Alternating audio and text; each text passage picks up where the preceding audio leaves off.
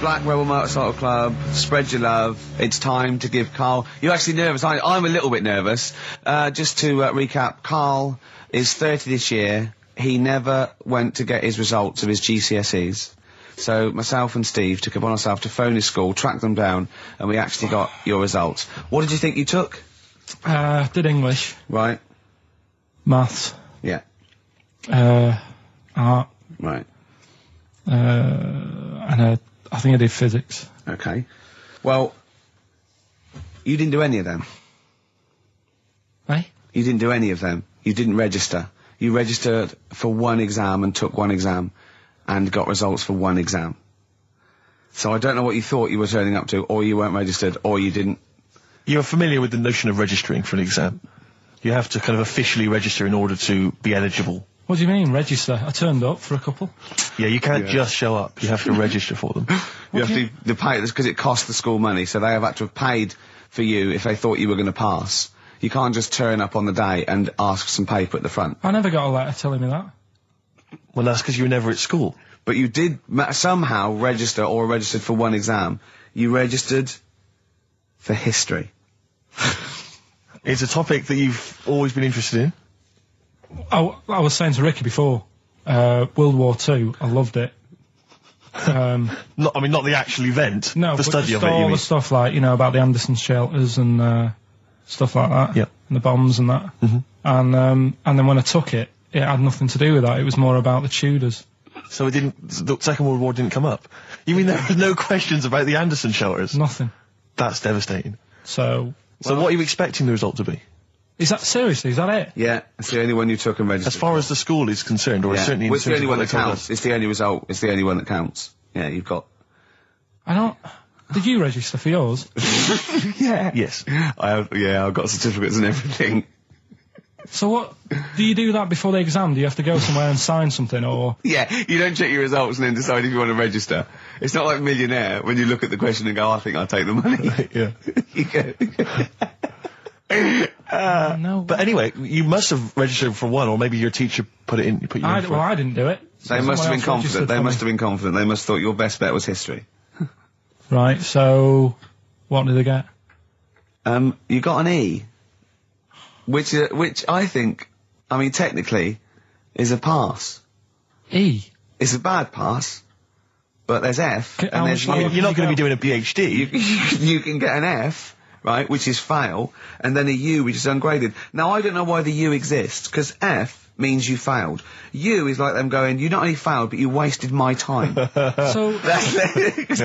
We're annoyed that you took this exam. So you thought they'd register me to get an E? Well, they didn't. Well, they didn't. I think they were hoping... It was rather like you with the lottery. They were hoping for something better than You nothing. see, I assume that the man who registered for that thought he can scrape an E if Anderson shelters come up. Yeah. Well, that's it. You've got... Now, what I'd like to do, Karl, is... I've started your re-education. You've read a book on Rasputin. I'll be asking you a few questions about that later. I've got another book for you to read next week. Next week, I'm not in the mood. What? Not in the mood. Oh, come on. Look, what's that? What does that say? It's that fella, it's the picture of the bloke that he used to use for Citizen Smith. Yeah? Che Guevara. Yeah. Yeah. He was quite happy, I think, when he found out that Robert Lindsay was involved. He went, yeah, of course you can. No worries, yeah. What are your feelings, Carl? What do you think? Are you depressed? I'm just a bit annoyed because I'm sure I turned up for more, so it just wasted me time. Listen, they don't matter. I'm sure you're doing very well. You know, you can educate yourself.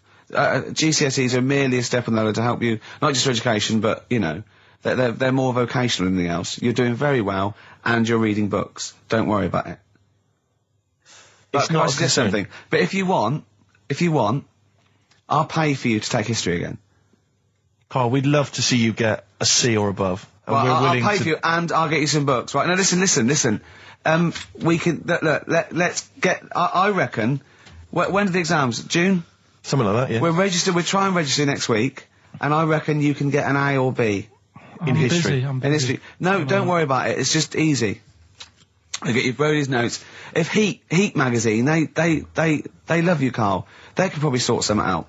They could probably pay for a tutor. They got a lot of money, they sell a lot of magazines. I mean, it is almost always, and you found that out, I discovered this, it's always the Tudors and Stuarts. There's no fear for them not coming up. Now, what do you already know about them? You must already know stuff about Henry VIII and Elizabeth. No, because it's too long ago to even get interested in. Do you know what I mean? You can't. Is that why you relate didn't? to it. Okay. The Anderson thing, it was like, God, you know, I bet my mum and dad were in an Anderson shelter. You know, this is interesting. What, when they? Oh, my granddad would have, like, had something to do with this. But the Tudors, it's like, I don't know even if they had a family back then. Play a record! As you know, I lent Karl, part of his education, his historical education, I lent Karl Gladiator, the movie, on DVD, which he watched on his PlayStation 2, and Rasputin. Do you know last week when you gave me this, did you know my result for history? No. That's weird, isn't it? Yep. Now, right, okay, it's the film review. Karl, you just tell it from the heart, tell us what you thought about the film, what you thought the... Can I just ask, is this the first time you'd seen Gladiator? You'd never seen it before? No. Okay. And what were your thoughts? Okay. The film review. Gladiator. It's alright. Nothing great. It's like an old, sort of an old version of Rocky done in the olden days, really. Right. A bloke fighting other people. Sure. How sort of well known is the story? Do you reckon people know the basics? Well, just very quickly, just do the plot. Quickly. There's a guy called Max. Maximus, yeah. Yeah. There's Caesar, and there's Caesar's kid, and Max goes to war, sort of wins it, comes back. Caesar says, you're good at what you do. I wish my son was as good as you. So I want you to be in charge when I die. His kid finds out, a bit annoyed about it, kills his dad, because he don't want anyone to hear that he said that he wants him to be in charge. Yeah. So his kid gets in charge and thinks, I'll show you. You're not going to be king, I am. You're going to be a slave or something. And then, next thing you see is... Sorry, can I just stop there? My only thought is the film's 3 hours long, so maybe we shouldn't go through the whole plot, right? We've done the first 10 minutes, but Yeah. go on. So, yeah, he's a slave and then... Yeah, but then, that was an interesting bit that I thought, right? I mean, I was watching this with a girlfriend, she was already annoyed because she wanted to watch Friends on E4. Okay. Yeah. It was a good episode as well this week. Was it? Yeah. Don't tell her that. Okay. Right, so she was annoyed and she said, come on then, put it on. And I got it wrong straight away because it says on the back 149, so I thought that was an hour and 49 minutes. It turned out it was 149. No, I thought it was 1 hour 49. Yeah. But it was 149 minutes. Sure. So it overran anyway. By 40 minutes. Yeah. So anyway, the interesting bit was where he was going across the desert on a horse. And I think to show you how long he'd been going across the desert on his horse, he's showing you a shot of the horse's knees and they were bleeding. And I just wondered whether that's what horses do if they run for a long time. Do you know? I don't. Good. Right, so anyway, so he goes on, he keeps going on like this. He's a slave, and then he has a fight at the end with the Caesar's kid, and he kills him. And that's how it ended. Okay, good. What did you think of it? Just generally, what bits... What do you think was wrong with it? Right, well, I've read up on it, and there's already a fact that is wrong. Right. Caesar's kid, he didn't actually kill his dad. His dad died of a natural death. Right, in real life, you mean? Yeah. Okay. And, what's Caesar's kid's name? Comedian or something? I think it's comedian, yeah. Yeah. That's where the name comes from. When a funny person is called a comedian. 'cause He their name didn't happens. actually get killed in real life by Max. No. He died by his sister poisoning him, and he didn't die. No. Are you saying that this is not a historical document? It's wrong.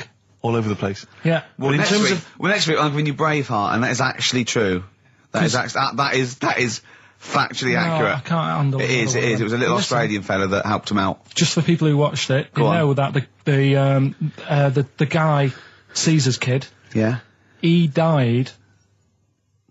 His sister tried to poison him. That didn't work. Apparently, he was a gay fella, and his boyfriend, who was a wrestler, strangled him. Where did you get this information? On the internet. I thought I'd look it up to see how much of it I actually got right, Yes. and that's what I read. Okay, so out of 10? 5. Really? Yeah. Okay. It's no good. I wouldn't get it out. It's annoying the way it says, like, you know, this film's got to be seen at the cinema, because I saw it at home and I don't think I missed out on anything. Very good point. I think that's probably the point they're making, but yours is valid too. We'll play a record, and after that I'm going to ask you about Rasputin, the Mad Monk. But anyway, Gladiator, just was going to add on the end of that. If you're into that sort of film, Jason and the Argonauts is probably a better bet. Is that factually accurate? Did you look that up or not? Did skeletons actually come out of the ground and fight? Yeah. I don't know, but it's a more enjoyable film. Okay. And it's shorter. Okay, now, just moving quickly on, just to the last item on Carl's re-education this week. Rasputin, you read a little book about Rasputin? What did you know about Rasputin before you read the book, Carl? Can I just tell you, when I handed him this book, it was my house, I said, right, he went, is he the one that lived under the bridge? And I went, what do you mean? He went, the fella that lived under the bridge, and you had to pass him with a, and Jane, went, you're thinking of, Rapunzel. And he went, yeah. And I went, well, that's not Rapunzel either. Rapunzel's, you had to say, isn't that, you know, you had to guess his The person name. who lived under the bridge was the troll in the 3 little book graph. I'm a troll, foldy well. So, to answer your question, Steve, that's what he knew about Rasputin. Okay? So have you read this whole book? Can I just have a look at it, Rick? This whole book, it's about the size of a beer mat. Yeah, I'm just thinking. But did you read the whole thing? No. You didn't Well, manage you to read the didn't whole even thing? do that. Well, again, some of the names in there are so long and foreign sounding that I just thought, I can't remember all these. So I just got to the meat of the story. Go on, Okay, what what is did it you then? learn about Rasputin? Right. He was a monk, Yep. and Mad? he. Was he a mad monk? Hang on a minute. Don't mess confuse it him. up. Sorry. Right. Go on. God. You see, this is what happened in the exams. Right. It was. Oh, don't do that when I'm drinking, Carl. Please, mate. He loved his women. And that's how the story started off. He had really nice. Story started off. Yeah. He had really nice eyes, and that's what everyone fell for, especially the women. Yeah. Anyway, the people back then thought he had special powers because he could hypnotise people or something. Oh, yeah. And it was about a little lad who had some sort of blood clot on his leg, and he said, "Just calm down, and you'll be all right." And people thought he had special powers, but what he was doing, he was saying, "Calm down," and he relaxed, and it stopped the blood flowing sort of as fast, and that's how he got better. But anyway, that's the only bit of special work that he did. And then he kept going on, and he was going in brothels and all that. And the people in the town thought, this isn't right. He shouldn't be going about doing this. And Where did he live? Russia. Right. Is that right? Yep. What sort of era? I thought you'd might know, No, sort about 1800. Okay. All right. Okay. And then... Do you want to check that, Steve? You got the book? People Well, got I know sick for a of fact that's him. not right. People got sick of him, and they said, "Oh, we'll have to get rid of him." So they tried to. He loved cakes as well as women. Okay. So they said, "Let's poison a cake," and they poisoned a load. Of Easier than cakes. poisoning a woman, wouldn't it? And he ate these cakes, and it just didn't kill him. And they were like, "God, what's going on?" And they kept giving him more and more cakes, and He was suspicious. and that didn't work. So the fella said, "That's it. I'm going to shoot him." So. Well, I imagine it was the end of his tether. So- I mean, he was back and forth to Mr. Kipling's. He go on. shot him once, and that didn't work, and the fella thought, oh my God. And he started running away, and Rasputin's running after him, and he shoots him like another, I think he took 4 Face bullets. full of Battenberg. Four bullets. Did It you took, swear then? 4 bullets it took to kill him, and then this fella who was after him chucked him in an icy lake, and that was the end of him. But I don't understand, sort of, What don't you understand, Carl? well, the fact that, you know, he's a bit of a name in history, and I don't understand why, because it just sounds a bit like my brother. Does he love women and cakes? And do you think that'll be his downfall? Right, I want you to study. Right, if you want to do, that's the first introduction. Right, if you want to do some extracurricular, What would that get me? There's a song by Boney M that lays it out. Suzanne told me about that, saying about Russia's greatest love machine. Yeah. But it didn't say anything about cakes. No, I think if you get the 12-inch mix, no, but explain what they it's say for. according to Boney M, and I don't know who's correct, the bloke who wrote that or M. They put some poison into his wine. Now I don't know if M have done their research, or whether, they did shoot him until he was dead. According to them, he was the greatest love machine in Russia. I don't think it says that in the book, but M might know more than that fella. So what's your final verdict on Rasputin? Just a normal bloke who didn't have that much luck, really. That's what I don't understand. I was waiting for something special at the end, but just a normal fellow, really. Yeah, just an everyday. Happens all the time, doesn't it? Just an everyday mad monk. Yeah, just an everyday mad monk. You have to shoot and poison and throw in icy lakes to kill him, and who loves women and cakes. I mean, come on, do we need another one of them? Boring. So what would you say about him then? How would you sum him up? I think you've done it. I think you've done it. There you go. So next week, Che Guevara, you going to read the book? I don't know. Come on. Next week, Che Guevara. Take it home. There he is. Give it here then. Anyway, okay then, well, you were tested on Che Guevara. Right, Carl. We should just remind people what happened, because This last is a week little series. I've got lots of these little books, right? They're about, like, 2.5 inches long by about, 2 inches wide. Those tiny little things you see in the, sort of on the front counter of Waterstones or Smiths, and it's the Life and Times, a series of all the greats in history. Last week you read about Rasputin. He wasn't impressed. No. This week... This book's a little bit thicker than the Rasputin one. No, it's the same, I think. Was it? Maybe the writing's Bigger smaller. writing or something. But, okay, Che Guevara. Who was Che Guevara? Just now, you learnt to pronounce it, right? And how do you remember? You told me the week how you remembered what his name was. Che is like shake, and his surname is like guitar. Right. Shavara. Okay. But anyway, right. Tell us what you know, and we'll ask. Right. First of all, his name isn't really Che. Right. It was something else, and Che means buddy in wherever he's from, Argentina. Mm-hmm. Right. That's right, isn't it? Yeah. Yep. Right. So anyway, he was born, and he was. By the way, Carl's not reading this from a book now. This is all out of his own head. This is not pre-planned notes. No, this is. I mean, I know it sounds written, but he's just. Yeah. Right. Here we go. Go on. He was born.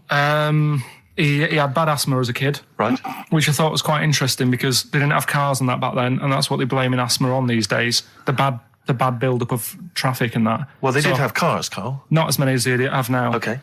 So that was something I picked up early in the story. He had asthma. Yeah. His dad was into he wasn't a politician or anything, but he was, they were into the politics. Sure. So he sort of grew up around a family who was into, watching the news and that, and keeping up to date on what's going on in the world. So that sort of rubbed off on him. He went to school. He was doing stuff on medicine. Yeah. Yeah, he wanted to be a doctor, or he thought he did. Yeah. Anyway, he learned really quick. He did like 6 months work in about 3 months. So he could have some time off school or something. Right. So he took that time off and went to travel South America with his mate on a motorbike. Yeah. Yeah. And he saw all this bad going on in the world, and he thought, oh, this is bad, this. Yeah. I could do something here. I could change this, make it a nicer place to live. So he said, what I'm going to do is join a gang that sort of is against the like the government. Yeah. Right. Right. Am I right so far? Yeah. You're doing very well. Right. And the woman who he met, who was like running this gang, is a woman called Hilda, who he later married. All right. And Hilda introduced him to Castro, Right. who was like the head cheese of the gang. Right. Who wanted to change things. Okay. And so she said, like, this is I think his real name was Engelbert or something like that. Ernesto. What? Ernesto. She said, this is Ernesto. He does medicine. Should have him in our sort of army. So when there's injuries and that, he can make people better. Yeah. So he said, yeah, all right then. So he joined the gang, and they went like went to sort of. I'm chopping it down a bit. No. Sure. Really, You're condensing it. it's not in real time. No. So anyway, so they go. It feels like it.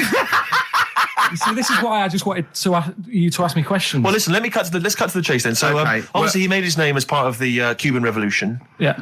Do you know what date that was? About.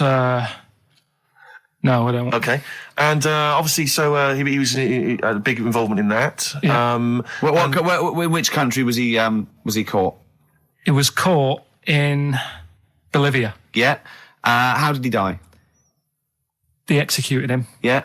He shot him, and his last words before he died, right? The guy's there with the gun, and he wasn't scared. He wasn't like crying or anything. He said to the bloke with the gun, he said, "Go on, shoot me. Be a man." Yeah. He said, Yeah. and they shot him. And did it tell you what happened to him after that? His dead body? No, but Suzanne was telling me about this the other night. She said there's more to it than that. They stuck it in a glass coffin, didn't they? Well, no, but before that, they cut off his hands and his feet and sent them to the... no, and because they buried him in different places, and then they buried the body. I think they might have sent the hands to Fidel, but they buried him in an unmarked grave because they didn't want anyone to start using his grave or his tomb as a place of martyrdom. But of course, that just made him even more of a martyr because no one knew where he was buried. So it just meant that he was even more. But that wouldn't work anyway, because if they did find out, that's more places people can go and sort of grieve. Do you know what I mean? If you've got all these different graves... What, with different parts of his body? Well, you've got a foot over there, and it's like, well, you know, oh, God. His head over there. Thanks for what you're doing. He's a genius. Yeah. So all in all... essentially, what's your summary of Che? Yeah, you like him more than Rasputin, don't you? A lot better bloke than Rasputin. I can understand why he gets one of those little books. Well worth knowing about, and good bloke. Did a lot, you know. Crammed a lot into his short life. Yeah. But, interesting bloke. But just on the subject of Che Guevara, Steve called me up in the week because he was going through the duty log. We love the complaints on the BBC duty log, and someone had written in because one of the Blue Peter presenters was wearing a Che Guevara T-shirt, and what did the bloke say? Yeah, this is a series of people can phone in and write and complain to the BBC about different things. Why would you complain about wearing something? Well, this was the thing, is you complain about the best. I mean, there's been some amazing complaints. Oh, there's some great ones. The best one, my favourite one that wasn't a complaint, but was actually just someone had to phone in, was what an excellent edition of Kilroy this morning. Yeah, but there's lots of that. There's things like Esther was superb. Woman call one. Woman called. There was a brilliant one I remember once, which was Robbie Williams was wearing a Nike T-shirt on Top of the Pops last night. Product placement on the BBC. It's just all things like that. Yeah. But anyway, this was one phone call. There was a presenter on Blue Peter. She was wearing a T-shirt with Che Guevara's face on it. Right. And someone had written in and said, or someone had phoned in and said, very worried to see a presenter wearing Che Guevara's face on a T-shirt. Are you trying to turn my children into communist revolutionaries? Yeah. Imagine that.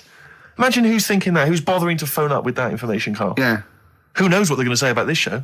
Yeah. I mean, you've been championing the work of communist revolution. Luckily, no one listening to this show can either write or operate a phone.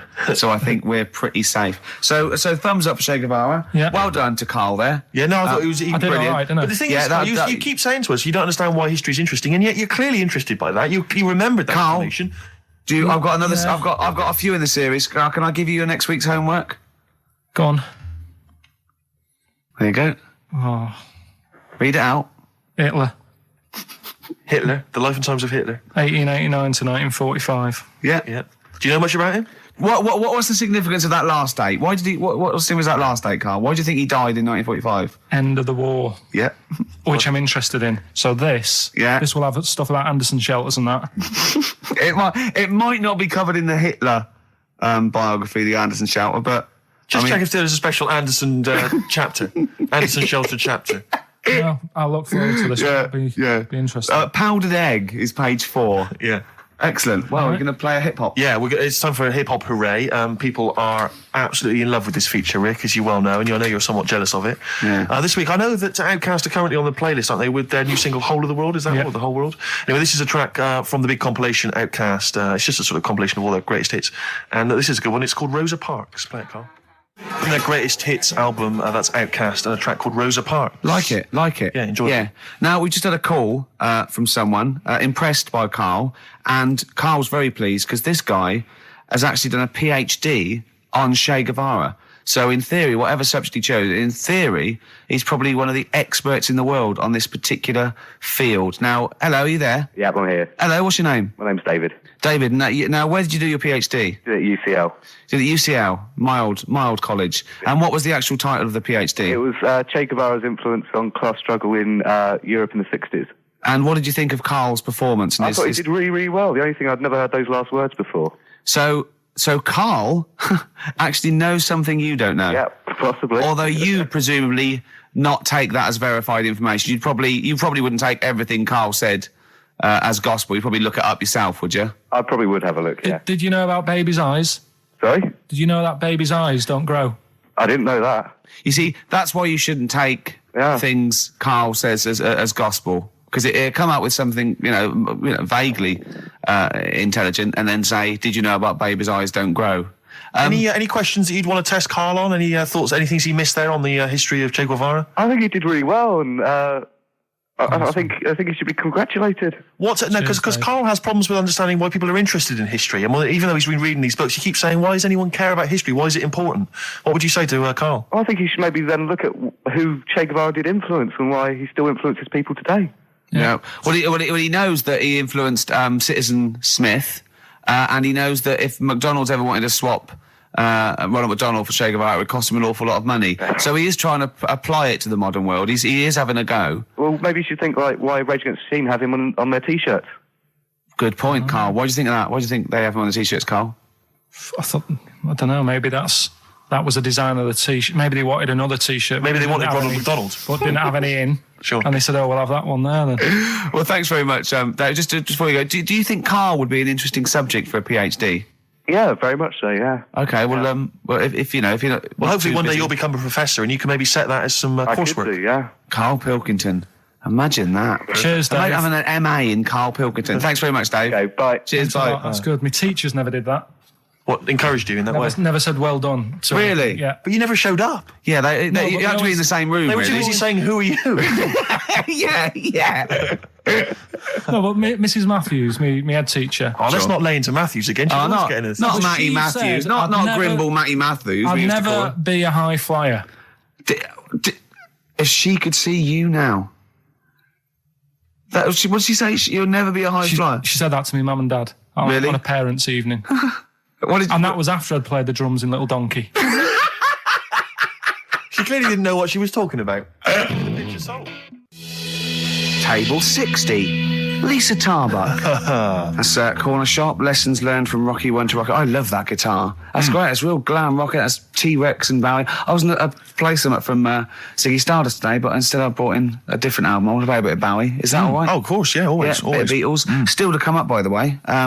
With the education of Karl, last week he did Che Guevara. He did very well. Before that, the week before that, he learned all about Rasputin, didn't you? And this week you've been studying Hitler, haven't you? How does that go? How do you reckon that? It's a bit tough. Okay. I'll give you the full story later, Steve. Do you know much about him? No. So, they're all linked. All these stories I've been reading, they've all got a similar sort of thing going through them.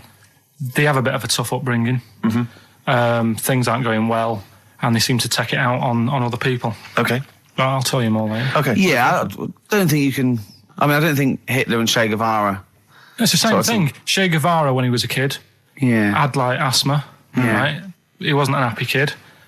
Hitler, he only had one ball. Well, I was trying to find about that. Yeah, seriously, he phoned me up in the week. I said, "How's it going?" He went, "I've skimmed it. I've just skimmed it. I was looking for the testicle thing. Now I don't know if they left that out or it's not true."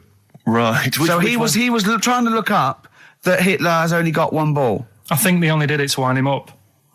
Because it's like, you might be taking over the world, but we're all saying you've only got one testicle. Sure. And it's Did you look in the index and it's sort of Hitler, Adolf, family life, early childhood, testicles? Testicles, absence of. Sort of skimmed through because One of. Mother, brackets other. Yeah. Albert Hall. Yeah. the only thing I could find was at one point in like when he was trying to run the place, there was a meeting going on. And somebody had put a bag in the meeting room and it blew up. Yeah, and I'm the wondering table whether it was under the table. Yeah, but... What, you're wondering if it it blew a testicle? It was the testicle was under the table. No, the bag blew off the ball. No, the ball sack was probably hanging below the protective top, and so that's where he could have lost. But why would he have only just lost the one? Because The way he was sitting. Cross-legged or something? Sure. Sure. Okay. Well, I mean, again. Last week we had a Che Guevara expert who phoned up. Maybe they could. Maybe there's a Hitler expert this time who could maybe phone up and confirm the testicle theory. XFM 104.9. Sorry, I was going to back announce that track and just mention it was Elliott Smith and the track "Son of Sam." Well, I think I'd just better ask Karl a couple of quick questions about Hitler. then we can get on with our lives. Okay, and we can tick that particular box. Yeah, yeah. Okay, Carl. Put that particular dictator to bed. It's week 3 of his education. You've nailed Rasputin and Che Guevara. I don't want to lose complete sight of those. I'll maybe ask you a couple of those in the week just to so you keep your mind on it. But Hitler. Tell us the story. What have you learned? Do you want to ask some questions? No, not really. Just sum it up in a minute. What do you Can't do it in a minute. Well, can I ask some questions then? Where was he born? Austria. Tell us about his early life. Right, he was a young lad. Brilliant. What in his early life? Okay. Yeah. What's the name? His mum was his dad's second cousin, which is a bit weird. Yeah, that is weird. They had 5 kids. He's going, it's usually first cousin where I come from. Oh, that's unfair, isn't it? Jeez. There's no need for that. There was 5 kids, but only 2 of them, including Hitler, including him and his sister survived. The others died at an early age. Okay. Right. Anyway, so they grew up, and the mum died and the dad died and that, and he thought, what am I going to do? Because he didn't do well at school, didn't have many qualifications. No. He liked art. Did he have a GCSE in history? Liked art, right? And then, so he said, right, I'm going to go to Munich. I missed a bit out, actually. Jewish people were in Austria. He didn't really like them. Okay. He thought they got, special treatments and stuff, and just didn't like them. So he went to Munich, and he joined the army. Right. Yeah? Yeah. And he was in the army, and he got injured. Right. So he went to hospital, and whilst he was in hospital, the World War I ended, and he was like, oh, God, I want to... I was enjoying that. Yeah, so... Don't, because you're breaking the concentration. Yeah, sorry. I'm not even sure I want to join in on this one, just in case. Okay. Right, go on. Right, so... He was in hospital. He's in hospital. It gets a bit better. He's never that fit, though. He's one of these blokes who was always ill. That was on something like 30 tablets a day or something. Comes out of there, joins some other army. Right. God, I knew it all this morning.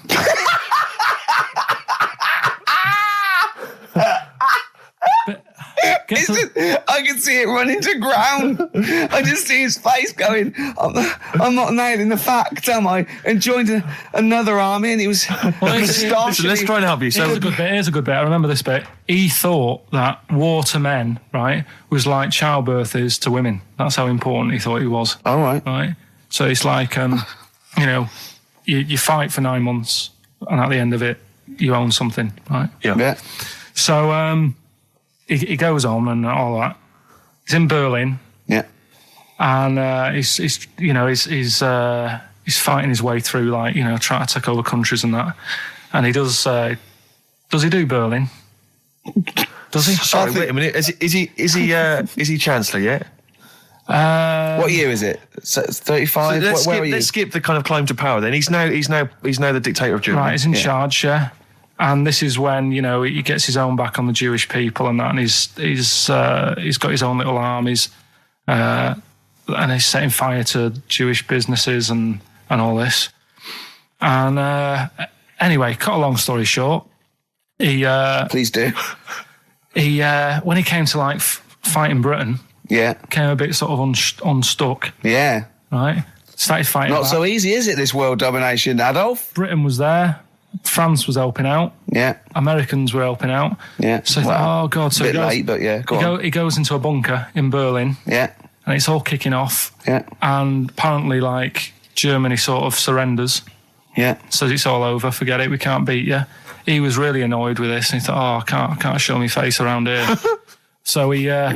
Because it would be embarrassing. He's with his missus, who nobody knew was his wife. Right. Eva, in this bunker. Yeah. And... So he said, I've had enough of this. He shoots himself. Yeah. She poisons herself. And the chauffeur buries him or something, or burns him. Right. And in all the time he was in charge, 50 million people died. So that's 1918 to 1945. Yeah. Between it felt like that. Between Travis and the Red Hot Chili Peppers. Next week, That's fantastic. That's remarkable. I have to say that you sort of lost your grasp somewhere along the line because you started off confidently, but you lost your I've had a really busy week, and last night I was like whizzing through it. Sure. And then this morning I woke up, and you know, Suzanne had been away for about 3 days, right? Yeah. I hardly spoke to her. She's been busy. I've been busy. First thing to say when I wake up, oh, just ask me some stuff on Hitler. You are romantic. Oh, that's great. That's how stressful it's getting. But I knew it all this morning, honestly. No, but that's fine. I think you've summed up you've done that. Right, captured it in essence. just for a bit of balance, I've got your next week's homework. It's the same series. There's little books. There's tiny little books, just 3 inches long by 2 inches wide. crammed with so much information though. Winston Churchill. There you go. You'll enjoy that. Yeah? I'm getting a bit bored now, though. This is what happened in school. Think of the listeners. Did really well in infants. Once I got to secondary, lost interest. Was it the breakup between you and Harris? And Zoe. I'm wondering if you spiralled into something there. Yeah, because it's like all these other, these men of history. They always had sort of things happen in their early childhood, didn't they? Maybe yours is the Zoe Harris dress incident. Well, let's just refer to it as the Zoe incident. Yeah. From now on. Yeah. Winston Churchill, the bit I left out in the Hitler story, Hitler was scared of this man. Yeah. And I can tell you something else about Winston Churchill. Go on. He said he can remember being in the womb. And he was born in a public toilet. Play a record. He texted me yesterday about Hitler. He went, stop making me read this heavy shit. He said, I've seen in the back of this book, there's one on Elvis. No, I mean, it is interesting, but not when you have to read it. Do you know what I mean? Right. But do you think you'd have read it in your leisure time? To be honest? No, you wouldn't have. I wouldn't. No. So do you want a week off? Do you not want to learn about Winston Churchill? Why don't you read it if you want to, and just if you get interested, then read on. I think that's because that's what I did with school, and it didn't work. No, you decided you didn't want to. Yeah. Yeah. Okay. So but hasn't that taught you something? Can't we just do it like a TV series? It doesn't go on forever. We've done 3 weeks. Give it a rest now for the summer. Yeah, because most series last for 3 weeks. Well, Yeah. I'll be testing Karl on the new re-education of Karl, as you know. He got a GCSE. It's the last one, isn't it? In history. It was the last heavy sort of one, yeah. No. So Winston Churchill. Well, yeah, because we're going on to more sort of metaphorical and metaphysical pursuits, aren't we? Not that book. Yeah, that's the Aesop's Can't Fables. read that in a week. You don't have to read it. Right, Just choose the ones about the foxes eating penguins. You'll like that. It's time for the re-education of Karl Pilkington. This week, Karl was studying the life and times of Winston Churchill. What did you make of it, Karl? What did Churchill do for Right. you? Last week I made a bit of an error with Hitler. Yeah, you just tried to remember too much, and it was way too much for me. Sure. So what I've done this week, sort of flicked through, got a few of them basic facts. Yeah. And what I've learned, right? Bit weird the way all these people have something in common, that they're all a bit weird when they're younger. Okay. They've got some sort of illness. Go on. Well, Rasputin, he wasn't well as a kid. Yeah. Che Guevara. Oh, this is Rasputin, the mad monk, wasn't well. Yeah. Yeah. Che Guevara. Yeah. Asthma, really bad asthma. Yeah. Hitler, he was Only one ball. bit mental. Yeah. Only his mother. He was a bit mental. That could be libelous. Yeah. And who have we done? And Churchill. Yeah. Very weak child. Was he? He only spoke to his dad 4 times in his whole lifetime. Really? Yeah, didn't get on with his dad. Right. And I think one of the times when his dad spoke to him, he was having a go, saying he didn't do as well in the army as he wanted him to. Right. So that's pretty sad bit I picked up of it. Yeah. Anyway, So that spurred him on anyway. yeah. I'm not going in all the ins and outs. Very important bloke. Okay. No, seriously. I mean, your dad bought the tapes, didn't he? Yes. And I can understand why. Because he did change a lot for us. You know what I mean? We wouldn't be sat here now talking like this. Why? We could have been German. Yep. He didn't let that happen. No. Everyone had a go at him, right? When I think it was Chamberlain who was in power. Yeah. And he was like saying, don't be trusting that Hitler. Yeah. And everyone was like, look, stop causing trouble. Chamberlain sorted it out. He sorted out a peace agreement. Yeah. And he was like, no, I don't trust him. And everyone's like, oh, you're just causing trouble. Everyone else is happy. Then it turned out that Hitler did actually do the dirty and try and come over. I remember, didn't he do something? He started a war or There was something, a conflict of some kind. Yeah. Started a problem. And everyone went, hang on a minute, that Churchill knew what he was talking about. Yeah. Get him back in charge. Sure. And they got him in, and Hitler was scared of him because he knew that he wasn't going to be having any lies or anything. He couldn't try it on with Churchill. Yeah, especially when he was a little bit pissed up and coked and with a big cigar. Churchill. He wasn't He wasn't doing that. I think a lot were during the war in the war cabinet. I think they had to have things to keep him awake all night and stuff. And he certainly liked a brandy. Rick, Winston Churchill was coked up, was he? I mean, sorry, this is something I wasn't aware of. If there are any historians listening, if I'm wrong, I'm Was that very in the sorry. World at War? No, I don't Winston think Churchill so. was Any historians or experts on war did Churchill and not some of the other people during I think the First and Second World War take a little bit of cocaine? So when he said that, Doctors certainly used to. Hitler liked cakes. Would they be like the funny sort of cakes? No, he probably did like a little bit of Madeira cake. Right. Yeah, that's probably nothing like that. Sorry, carry on. So anyway, He beat the Bosch. yeah, did all that. Oh, that's steady on. His personal life's nothing to do with it. And the most amazing bit is, right, he wasn't fit, and he had a couple of Well, strokes. he's a good-looking bloke in many ways. Well, he had a couple of strokes, but he had a stroke on, say... We've had that. He beat the Bosch. He liked to have a couple of strokes. Yeah. Let's not get into innuendo, Carl. It's stupid. Right, say he had like a stroke on a Tuesday. He was up and fighting again on a Wednesday. Really? He was a strong bloke. Yeah. And then he died at about the age of 86 or something. He's a good lad, wasn't he? He was really good. Yeah. Is he the one you favour most of all the I'd ones say you've out of all... I mean, Rasputin, I don't understand why he got... Like I said, I don't know why they made a book on him. No. He just didn't deserve it. No. Che Guevara, he had his time, I suppose, and did a bit good for certain people. Sure. Sorted Cuba out. Yeah. Doesn't really affect me. No. Hitler, I mean, enough said. Yeah. Bad bloke. Churchill sorted it all out.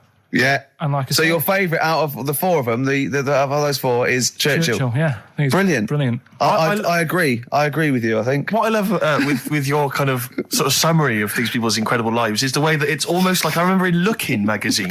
I don't remember Lookin'. It was the Junior I TV remember Times. Lookin'. They used to have half a page, which was a comic strip, summarising someone's life. You might have, say, 5 Star, the story of 5 Star. Yeah. Johnny Mango called in again. He's become our sort of official researcher on this show. There is evidence that Queen Victoria in Balmoral, with a young house guest, Winston Churchill, used to consume cocaine-filled lozenges. Mm-hmm. So there you go. Also, MDMA was a precursor of sort of ecstasy, a derivative, and that was big in the day, giving soldiers, a little pick-me-up. So it's not so mad, is it? It sort of Winston makes Churchill sense taking cocaine, because he is it? was into his speeches and that, and they say that coke gives you sort of, the balls to stand up and say like... Not that that's a good thing. And No, you it's should- not. No. Definitely not. No. Right? But apparently it makes you confident, doesn't it? So you can stand up and say, we're going to fight them on the beaches. Yeah.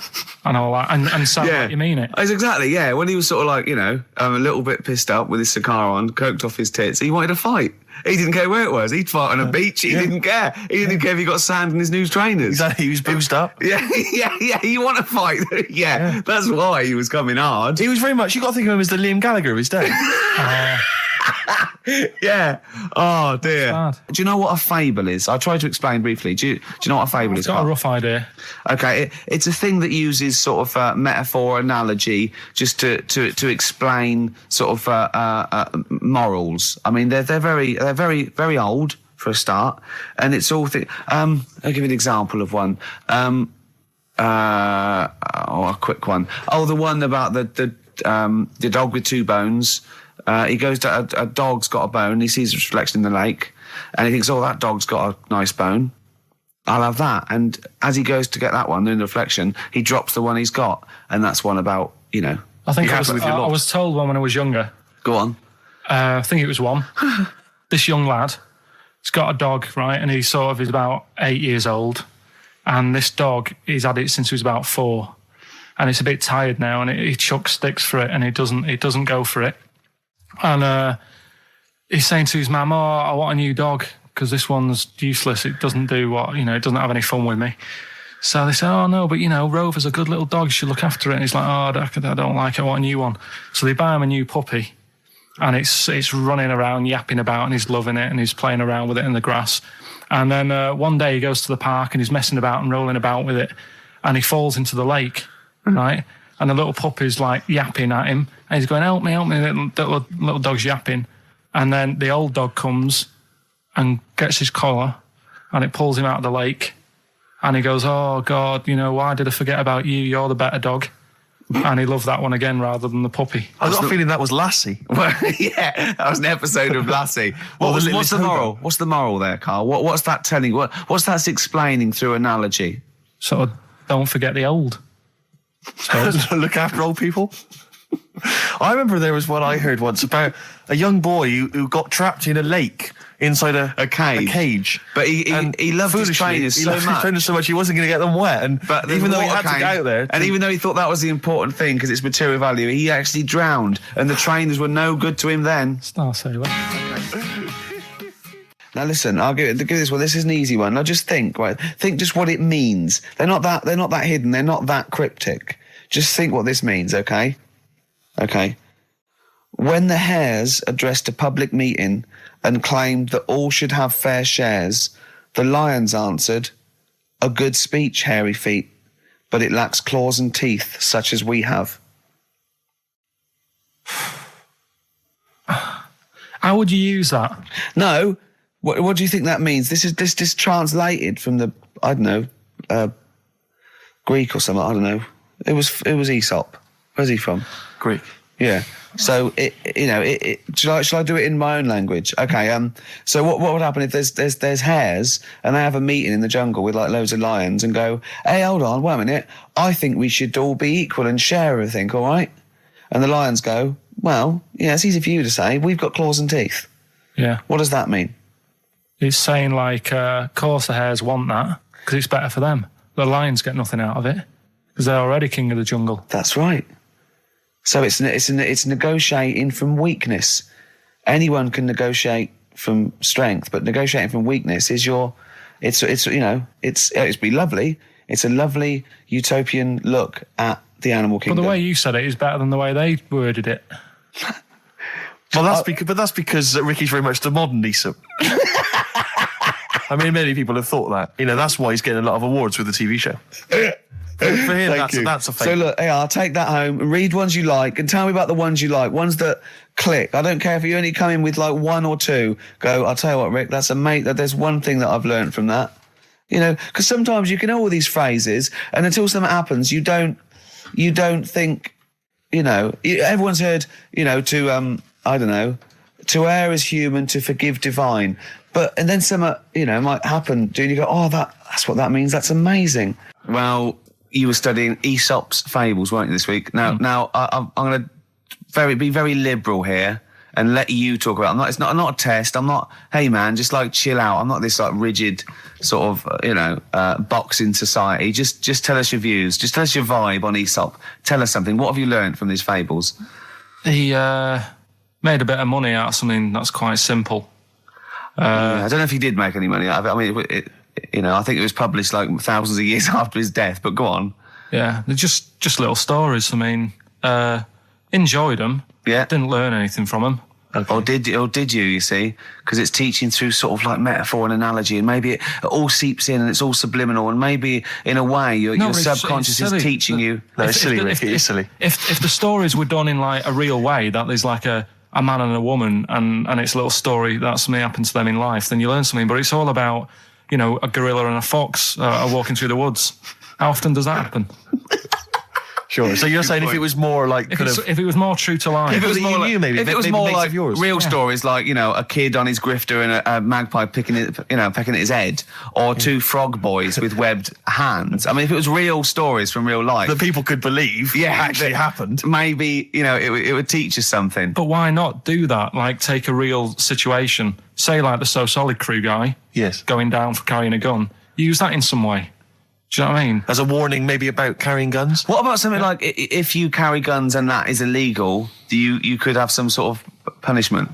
Yeah, that's Good. So Good, that's what you it doesn't mean, bother yeah. you then that the fact that these fables have been used for many, many generations to educate maybe young children or even older people, the fact that they've served a brilliant function and they've become classics, that doesn't bother you? You've seen through them? Well, they don't always work. Okay. When I was out with Rick the other day, he brought one up. I told him the one about the two mice, the industrious mouse, who throughout the summer he would be storing berries, nuts and berries, and he'd be storing it, and the other mice would just be eating off the trees and running around and having a laugh. And I go, well, you're going to become hungry. He goes, oh, I'll worry about that when it comes to it. And they'd do that, and he'd be storing his nuts and berries, and autumn came, and the mouse was still playing and not doing anything. And then winter came, and the silly mouse was like shivering, and he went and knocked on the mouse's door and went, I'm freezing and I'm starving. And the clever mouse said, well, I told you, didn't I?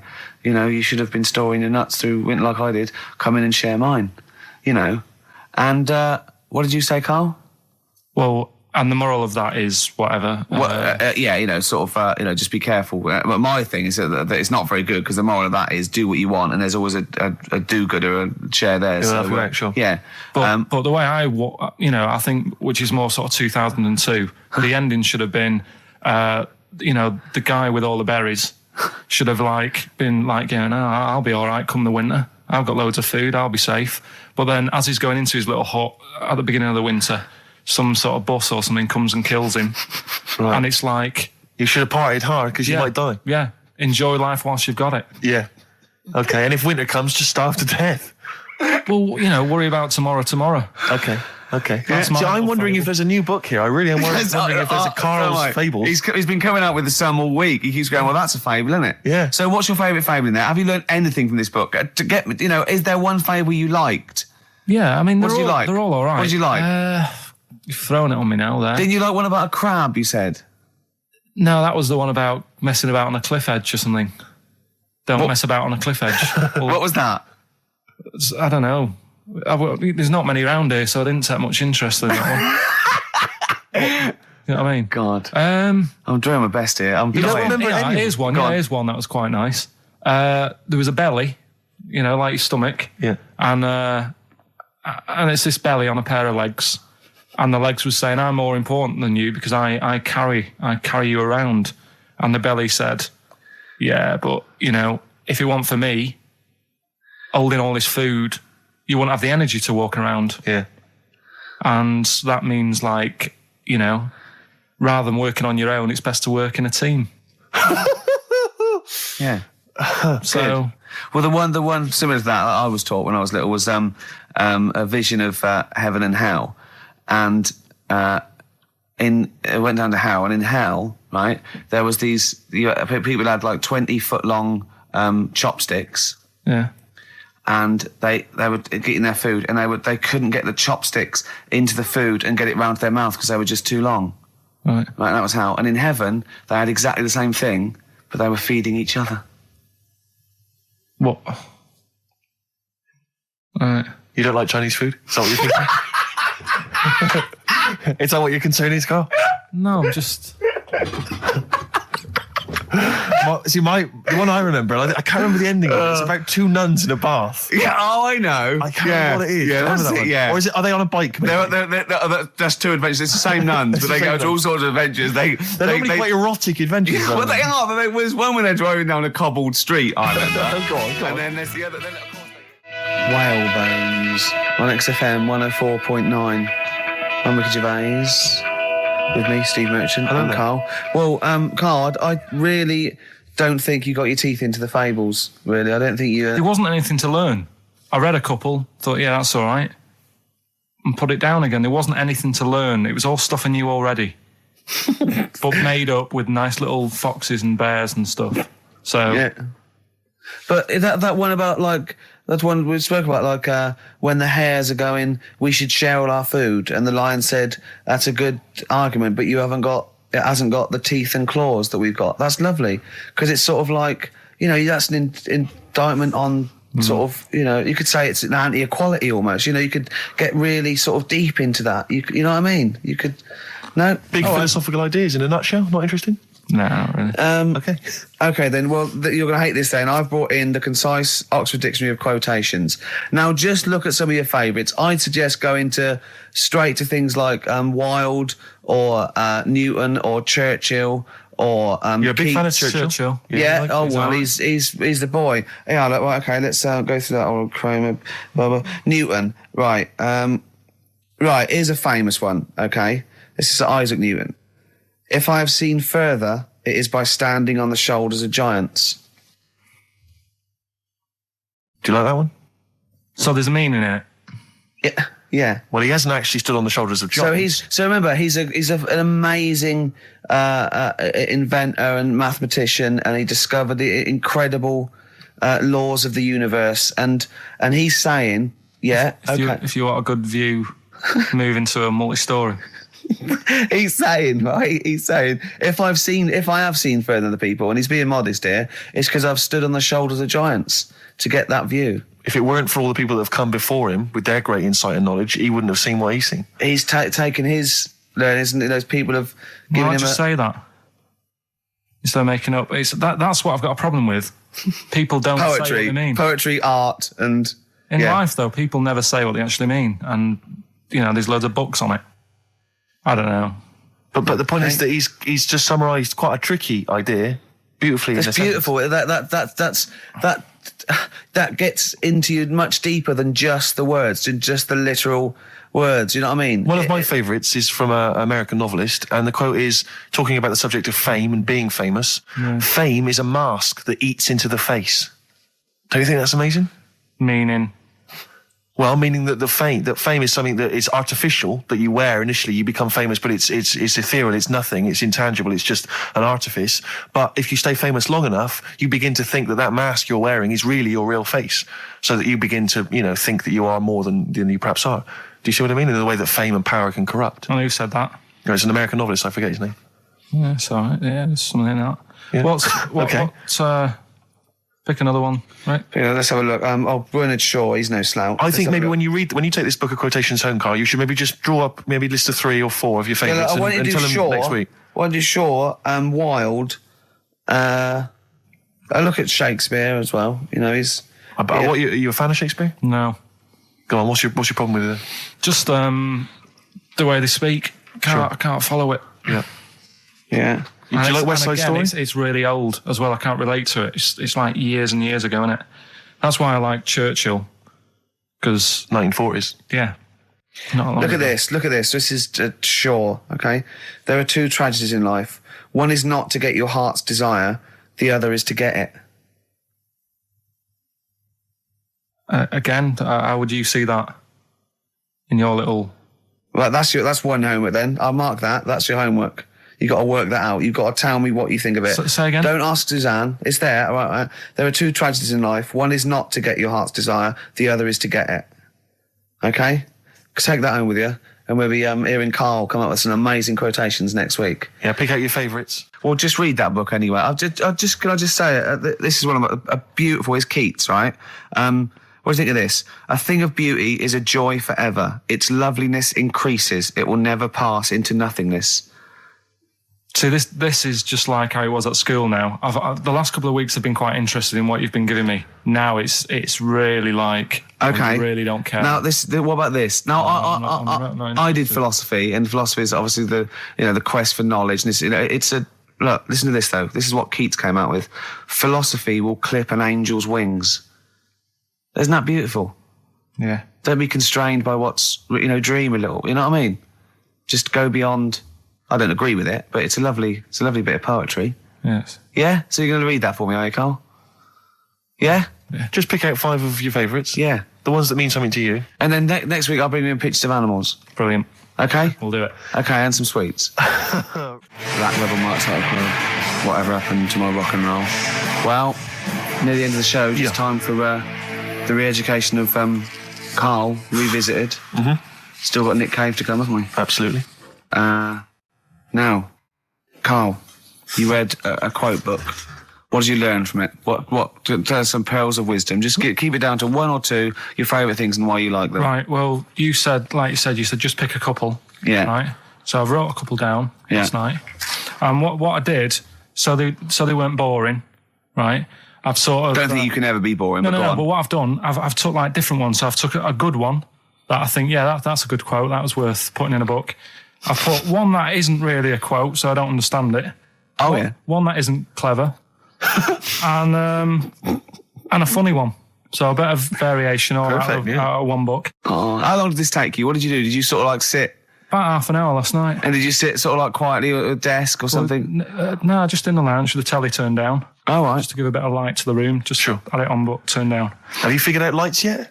So, so the first one, never heard of him. This guy called Dean Axon. Right. And this is a good one. He said, the memo is written not to inform the reader, but to protect the writer. That's good, yeah. Stuff. That's very good. That's Very relates a lot to office life and so on. Yeah, modern world and that. Mm-hmm. Right. So then thought, so I wrote that down because I liked it, and that's what he said to do. Second one isn't really a quote; it's more of a poem. Okay. So how does that work? Well, that's okay. Just read it. Right. Well, it's about suicide. Okay. Right? Razors pain you, rivers are damp, acid stain you, drugs cause cramp. Guns aren't lawful, nooses give. Gas smells awful, so you might as well live. Lovely. That's from Dorothy Parker. I'll tell you what. It is, yeah. I hate it. I hate that. Why? It's nothing to me, that. I think it's just a sort of weak, shallow piece of mock comedy. This is why I did it in that order, because that's what I thought. It's like a zany vicar would write from living in Frome when he's about 55 and get it published in I hate it. All right, so you're saying you're not a fan of Dorothy Parker's work, right? Right. Now the next one, Oscar Wilde. Yeah. Right, he's known, isn't he? Yes. Look what he comes up with. All art is quite useless. Well, that's what's up with that? Well, it isn't added art. No, I know, but it's go on next. But how has art helped you? How has it been useful to you? It was a bit of it's one of the only things I like doing at school. Right. Do you know what I mean? When I made that little clay man, fixing a car. Yeah. You made a clay man fixing a car. I'd forgotten about that. How can he? I think that's stupid, and especially that it's gone in a book. Sure. Do you know what I mean? Okay. It's easy to diss things. Yeah. It's harder to right. things out. You're right. I don't think art is useless, by the way. But then you don't have to agree or disagree with some of these things. Some of them are, sometimes it's just their thoughts put eloquently or poetically, isn't it? And it's just, to provoke a reaction as much as anything. Yeah. Well, and the good one, Ozzy Osbourne. I mean, sorry, but just go back there. The irony is that is art. That he was an artist, wasn't he? So, but so you don't like Oscar Wilde, but you prefer Ozzy Osbourne. Yeah, go on. Ozzy Osbourne, cracking one. This funny and educational. I bit a head off a bat the other night. It was like eating a crunchy wrapped in a chamois leather. Genius. You're right, Carl. Yeah. So there's. What do you like about that?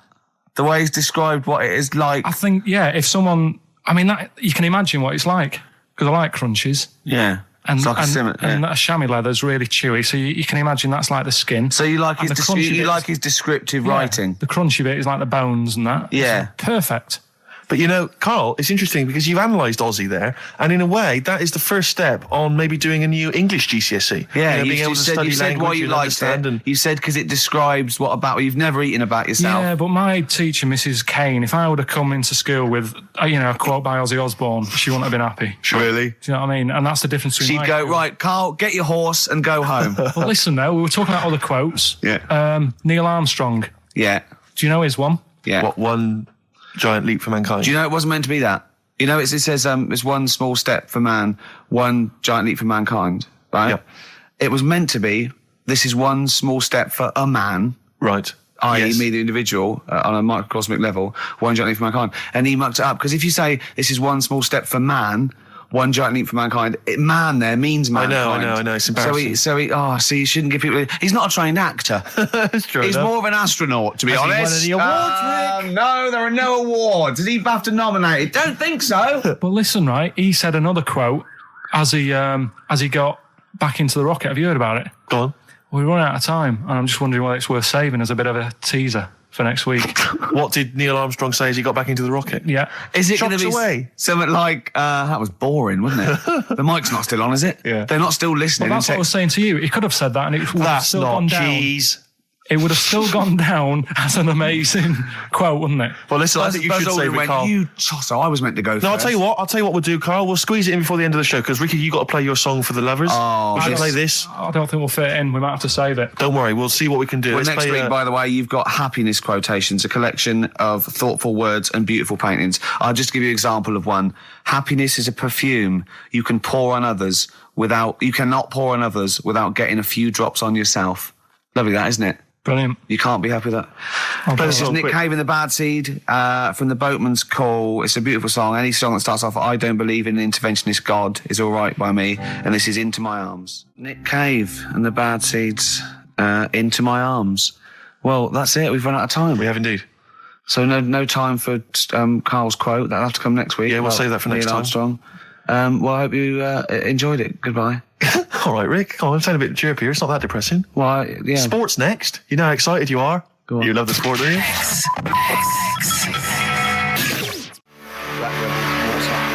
Spread your love on XFM 104.9. I'm Ricky Gervais with me, Steve Mitchell. And now it's Carl's bit. It's the re-education of Carl. He's like Liza Doolittle.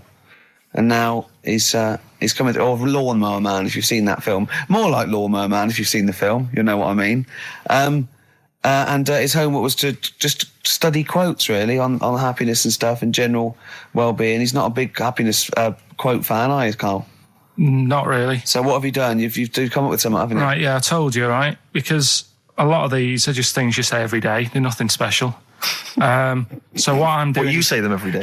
Well, the sort of things you come out with and you don't even think about it. Do you know what I mean? Yeah. They're on the TV all the time. People on the radio are saying these sort of little quotes. Sure. And what I've done is, remember that programme on Channel 4, Faking It? Yeah. Where they got some, like, posh kid to be on a door and all that. What I've done, I've... Imagine if that was the pitch for the show. Dear Channel 4. Just going to get a posh kid on a door or something? Yeah. Yours Come sincerely, in, Carl. come in. Yeah. TV producer. Yeah, go on. So what I've done, this little book of quotes, happiness quotes, I've picked two that are real. Okay. And I've made one up. Right?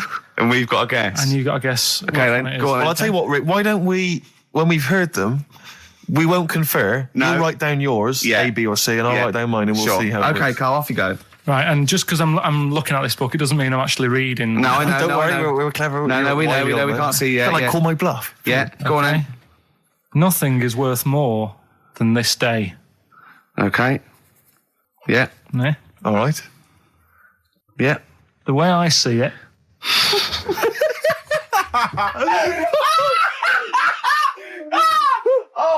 Oh God, my head's gonna burst. No, hang on. My head's gonna burst. No, Hang on. this might not be Carl's. It might not be. How do you know I haven't tweaked them a little bit? Yeah, good Okay, point. fair Good enough. point. No, good point. The way I see it, if you want the rainbow, you got to put up with the rain.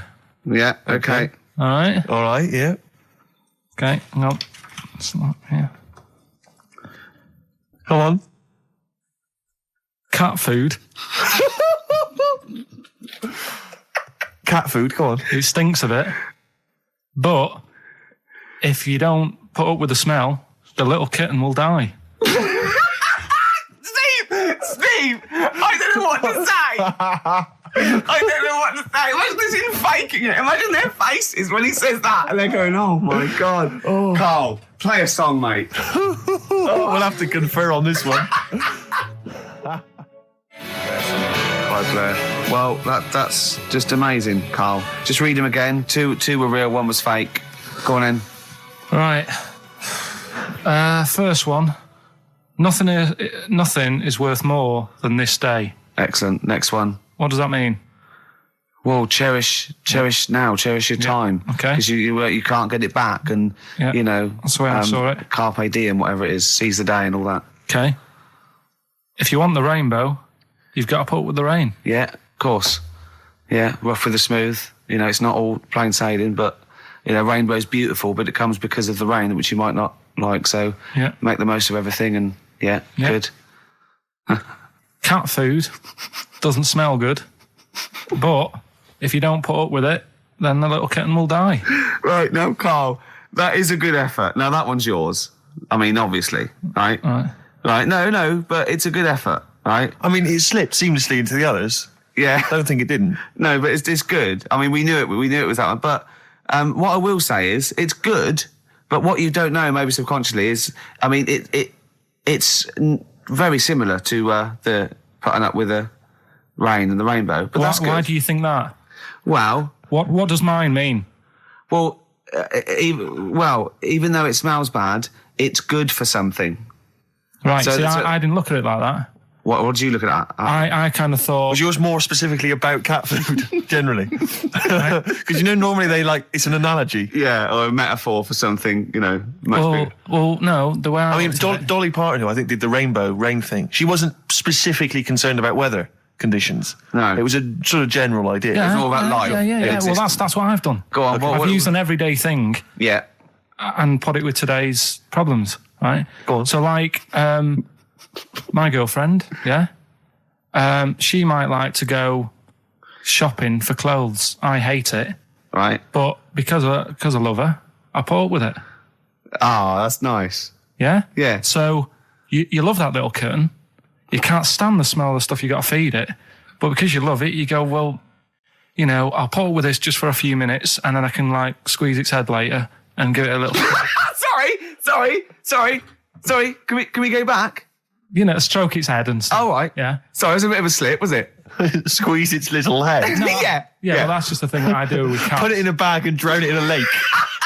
I can feed it and then I can throw it against the wall. Exactly. So you didn't see it like that, did you? No, that's very good. So it's about love, is it? It's about putting up with the bad things for something you love. Yeah. Well, that's nice. But Carl, you seem now to be convinced and rather smug that you've tricked us and that you've fooled us and that we didn't understand it. Well, I say that's your fault, not ours. No, it's not, though. I mean, look, that man in Forrest Gump, he was a bit of a nutter. And he came up with the life as a box of chocolates thing. Yeah. Now, if that was in this book, you say, oh, yeah, brilliant, good bit of work. But if he was sat here doing the show with you, you'd be taking the mickey out of him. Sometimes I feel he is. No, but Carl, I could. In fact, if people are out there, we're too lazy. Could you write down everything Carl's ever said? Because I think we could publish that. Yeah. He said one today. He saw my salamander. It's not a euphemism. He saw my salamander, and it's just sitting there in the tank. Your exotic pet. Yeah, and he's worried about there not being a lid on. And he said, I went, what are we worried about? He said, wow. He said it sits there for 24 hours a day, obviously planning to get out. Well, he's got nothing else on its mind, and the daft thing is, he has actually got the lid ripped up a little bit. It's got nothing else to think about. And it'll be looking up there, and it's going to get out. But what's the worst that could happen? What's it thinking? What do you think it's thinking, this salamander? It's got its eye on the DVD player. I could have Ian be down the market. Well... Oh, God. Are they dangerous? Could I just say something? Are they dangerous? I think the salamander's thinking exactly the same things as you. I mean, to look at you, you've got the same expression on your face. You know what I mean? You're dressed in green as well. You've got a little round sort of Hamburglar type head, like the salamander. Very similar. And yet I think you bonded with it, didn't you? Yeah, but I probably would have tried to get out, but my little paper round bag would just hang on the corner. Yeah. If you want to send a necklace in for Suzanne, that'd be handy. Mm-hmm. Oh, yeah. That's what she wants. Is Suzanne listening today? No, she's out. Right, okay, this is the dilemma. Me and Steve, yesterday, were trying to convince Carl that it would be a good idea to buy Suzanne a Christmas present. Okay? Now, why aren't you going to buy her a Christmas present? Explain, Carl, why you don't think you should buy her a Christmas present. No, I've told her I'll get her one, but in the new year. We're going away on holiday and that, so there's no point taking stuff away. Yeah. Going to Lanzarote next week. Just get something in the sales after Christmas. Yeah. Right. Me and Steve were trying to explain to Carl that she would love it if you bought her something on Christmas Day. Yeah, but she knows now. But knows what? I've told her. So no, well, I'm going to tell you. Do you know, right, this, dear listener, this was Carl's worry. I said, I bet she's got you something. And Carl was worried in case he got her something and she hadn't got him something. Yeah, he'd be livid. He didn't want to be down. He didn't want to be a present down. Yeah. Look at his face. So buy her a nice necklace. Don't spend, just spend £100, just a little token. We're going away. We're taking her away on holiday. No, you're not taking her away on holiday. What, you're paying for it, are you? Yeah. Are you really? Well, half and half and that. Right. So you're paying for you to go on holiday? That's good of you. So the gift is your company, really? She's done all right. She's done all right. Why do you talk like you're 60 years old? And you've been working down the mines. I don't know, she's done all right. Do you go over to her and say, Suzanne, you're bloody lucky? I mean... You've fallen on your feet. Look who you've got. What? I'm not sure she has done all right. I don't want to be critical, but... Oh, dear. So what are you going to get in the sales? What are you going to get her? Yeah, it depends. I'm thinking... I mean, I'll give her the choice. She can have Kingsley and old Bob Marley. Right, I'll let her decide there. Oh, dear. I can't wait to see you. Where are you going, Lanzarote? Yeah. Where's that? Don't know, Suzanne sorted it out. I said, Lanzarote, I said, is that Africa or is it Spain or Portugal? Just told you, don't know. I went, what do you mean, don't know? I goes, well, what's the currency? I went, don't know. I said, Suzanne booked this one, did she? Yeah. I thought, where is it? Is Lanzarote African or? Foreign. Somewhere foreign. I was looking last night, and doesn't look that good. There was like one of the highlights of the things it says you've got to do is go and have. Apparently, they've got restaurants in caves, and that's like one of the things they say you must do. So, if that's a highlight, do you know what I mean? Right. So I'll do that. Go and see what that's like. Yeah. When you're on the beach, Carl, do you wear the very, very tight Speedos? No. Do you walk around with them? Sort of longish shorts, t-shirt on, probably with a sort of a light shirt on top of that. Right, sure. So quite wrapped up then. Covered up. Do you wear a hat? Because obviously the bald head there's risk of sunburn. No, I just put a bit of lotion on it. Lotion on there. Yeah. Just have a bit of a wander down the beach, have a look. Yeah. See if there's any old blokes with their tackle out and a backpack. A lot to look forward to. So Yeah. there you go. Yeah. Well, we're looking forward to finding out how you get on. Yeah. I'll let you And know. interested to know what she gives you on Christmas Day. Probably get More anything. scintillating chat after this next song. All right, bit of placebo. Yeah, love it. Special needs. Placebo, special needs on XFM 104.9. Email in where Lanzarote is. I don't know if it's Italy or Spain or Europe or maybe Africa. You know, these are the sort of things, these are the reasons I come into it, to at least learn something, innit, Carl? We've stopped educating Ricky, so I've stopped learning, you know. Apparently Lanzarote is one of the Canary Islands. Oh, is it? Although we've also been told it's part of Spain. Right, I don't know yeah. who to believe. I don't know who to believe either. That puts me back, because I knew it was either one of them. Yeah. Yeah, I knew it. What about it? Pilot knows, doesn't he? Pilot knows where he's going. I thought so, yeah. Doesn't matter then. Right, we're playing J-Hawks. Let's play it. Love it. Got bored with that conversation, did you? Long and winding road. I love that, but I don't like the way McCartney sings here. There's just one, he goes, you leave me waiting here. Well, he's always got that slightly affected But it sounds style, like doesn't it? Richard Burton or something, here. Yeah. But it's only one that does it, but I don't know why. I just think he likes it or wants to go back and change it. Maybe it's like... But having said that, you know, I'm not taking away from the Beatles, one of the best bands ever. Well, yeah, good luck to Brilliant songwriters. Oh, yeah, they do well. Yeah. We've had a lot of emails, Carl. I don't want to sort of put a dampener on your Christmas, but a lot of people have been slagging off Lanzarote. One of them just said, well, one of them just, I don't know if I can find It is Canaria, isn't it? It's It is one of the Canaries, isn't it? It's a volcanic island covered in volcanic dust. It's very windy, so you have to dig a hole to sit in on the beach, and there's hardly anything to do. That's from Mike Godham, and he says, unless you like quad biking, well, you know, you've seen what happened to No, Ozzy don't Osbourne go this week, quad so don't do biking. that. No, with your little head, there's no protection at all, is there? I don't know what you're thinking. I don't know. At least Rick Mann and Ozzy had lots of hair. Yours would you'd be like Humpty Dumpty. It would crack like a little egg. And then we'd seen there's no kings or kings horses. So, Yeah, well, they couldn't do the job anyway. No, if you remember. shouldn't really send them. They're not really qualified. Horses not equipped to put send back a an egg medical man. man like Neil Fox in Yes. to mend But not eggs. some kind of military horse. I bet he's had the egg on his face a few times, hasn't he? What, Foxy? Yeah. Well, most of the series are Pop Idol. Right, Carl. Lanzarote, good or bad?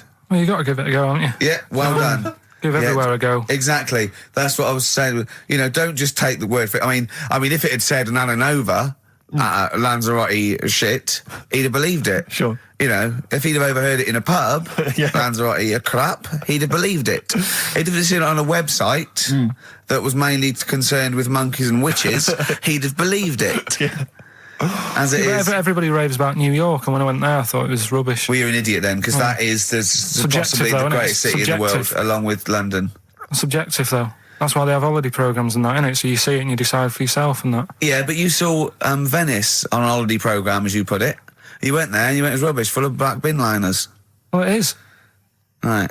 Didn't they show them? It stunk. Didn't Judith Chalmers say that? Oh, it stinks here and there's loads of rubbish everywhere. No, she didn't. Did she mention that? Oh, that's what I mean. So it depends what you want from holiday, doesn't it? Well, yeah. But So... you're an idiot if you don't like New York, so next. Anyway, come on, break up, guys. Kiss and make up. Libertines, don't look back into the sun on XFM. Well, the general public are getting involved with Karl's holiday, and, I mean, this has been a damning report on Lanzarote. There's not been a positive word written about Lanzarote so far. Wow. It's volcanic, there's no natural water supply. Apparently there's no natural water supply, it's You all have to sit in a imported. hole. What do you think of this, Karl? What do you think of the people that want you to know that you're going to a rubbish place when you can't change it? What do you think of that? Rubbish though, will it? What do you mean? Be all right. What do you mean it'll be right? Because I'm going to go there thinking, oh, there's no water and that, and there will be water. No, they didn't say there's no water. What did they say then? There's no natural water supply. Whatever. I'm not bothered. Doesn't bother me. All right. I'm going to have a good time and that. What are you going to do? What do you plan to do? Got a book. What book you got? Rich Hall book. I'm just going to read that. So, Brilliant. and the weather's better than here, isn't it? Yeah. So... No Blue Sky, The Thorns. That's beautiful, isn't it? On XFM 104.9. Karl, you're losing your rag a little bit. What's the matter? Nothing, go on, Steve. What's the matter? No, what's the matter with I've Karl? got something to cheer him up. Someone's emailed in, Emma's emailed in, she said that, for those that know, those in the know, they referred to Lanzarote as Lanzagrotte. Brilliant. He's a bit fed up. He's got 2 CDs for Christmas from a company that's he's been with for 6 years.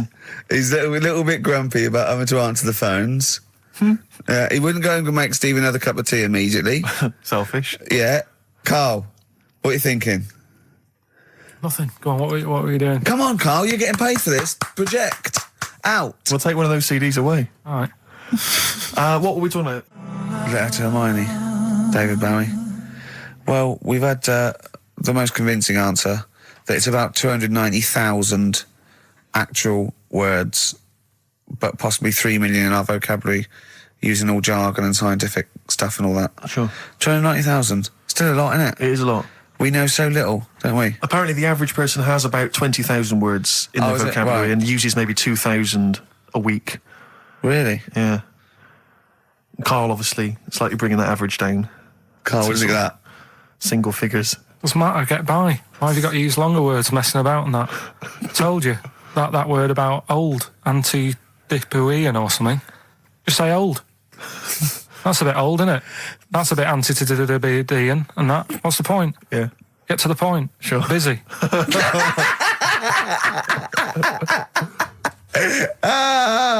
Right, okay. Are you in a film this week, Karl? We're doing that now. Yeah, go on. Get it over with. Hang on a minute then. Get it over with. Let's get this show over with. We can go home. You can go off to Lanzarote and sit on some ash. Some charcoal. He's not happy about that. That's annoyed him. The listeners have all ganged up on him. Yeah. XFM giving him 2 CDs. We've had more calls for his resignation this week than ever before. What do you think of that, Karl? What do you mean? There's another reason. Do you know what I mean, though? Because he's grumpy. He's not just giving it. He goes, well, I can't help it, can I? I don't want it. You're being paid well to do a job. People have tuned in to be entertained, to have good songs. Me and Steve are working I'm pressing here. the buttons. I'm paid to press the buttons. That's what I'm doing. Has every CD started on time? Then Yeah. why would they give you Monday off if you just paid to press the buttons? Don't get every other Monday off, do I? So have you stopped doing that now, have you? Well, yeah. Why? Because there's work to do in that. But I'm not moaning about it. Let's get on with it. Comfort and Sound by Feeder on XFM 104.9. I'm Ricky Gervais. With me, Stephen Merchant. Hello there. But no Karl Pilkington. No Karl. He's in Lanzarote. Lanzarote, But as we we have speak. got a very, very special stand-in. It's Camfield. Carry on from British Sea Power on XFM 104.9. Not bad at all. Now, listen, we should just point out to people that Karl's away. And we always slag him off because he provides very little. But And he's an idiot. Well, exactly, to be fair. But he's obviously off in Lanzarote, and he's forgotten to tell us what the password is for our email, Rick. Idiot. So we can't get into the email. So we're going to have to use Ian's email instead. ian.camfield@xfm.co.uk if you want to get in touch. You're never going to have so many emails, Ian. Really? Yeah, Is that right? you're going to be looking at them all week. It's going to be brilliant for you. You're going to feel really popular. You know what? Heat described Karl as a bald little mank twat. Nice. Karl was going, brilliant. Is that allowed? Is that all right? Yeah. Bless him. Bald little mank twat is back on the 3rd, isn't he? Well, if there's one thing that magazine's What good was at, he it's suggesting? You accuracy. can't be regionalist. What? Was he suggesting you can't be regionalist? Was that allowed? No, I just think it's a familiarity of, it's just because we call him a bald little mank twat, that a national magazine can say that. Oh, bless his little round head. Wonder what he's doing now. He's sitting in the ash, reading his, reading his Rich Hall book. Yeah, he spent a week when he went to, where was it, St. Lucia? He spent a week, right, throwing sand at crabs. Yeah. I don't think they've even got crabs, have they, over there?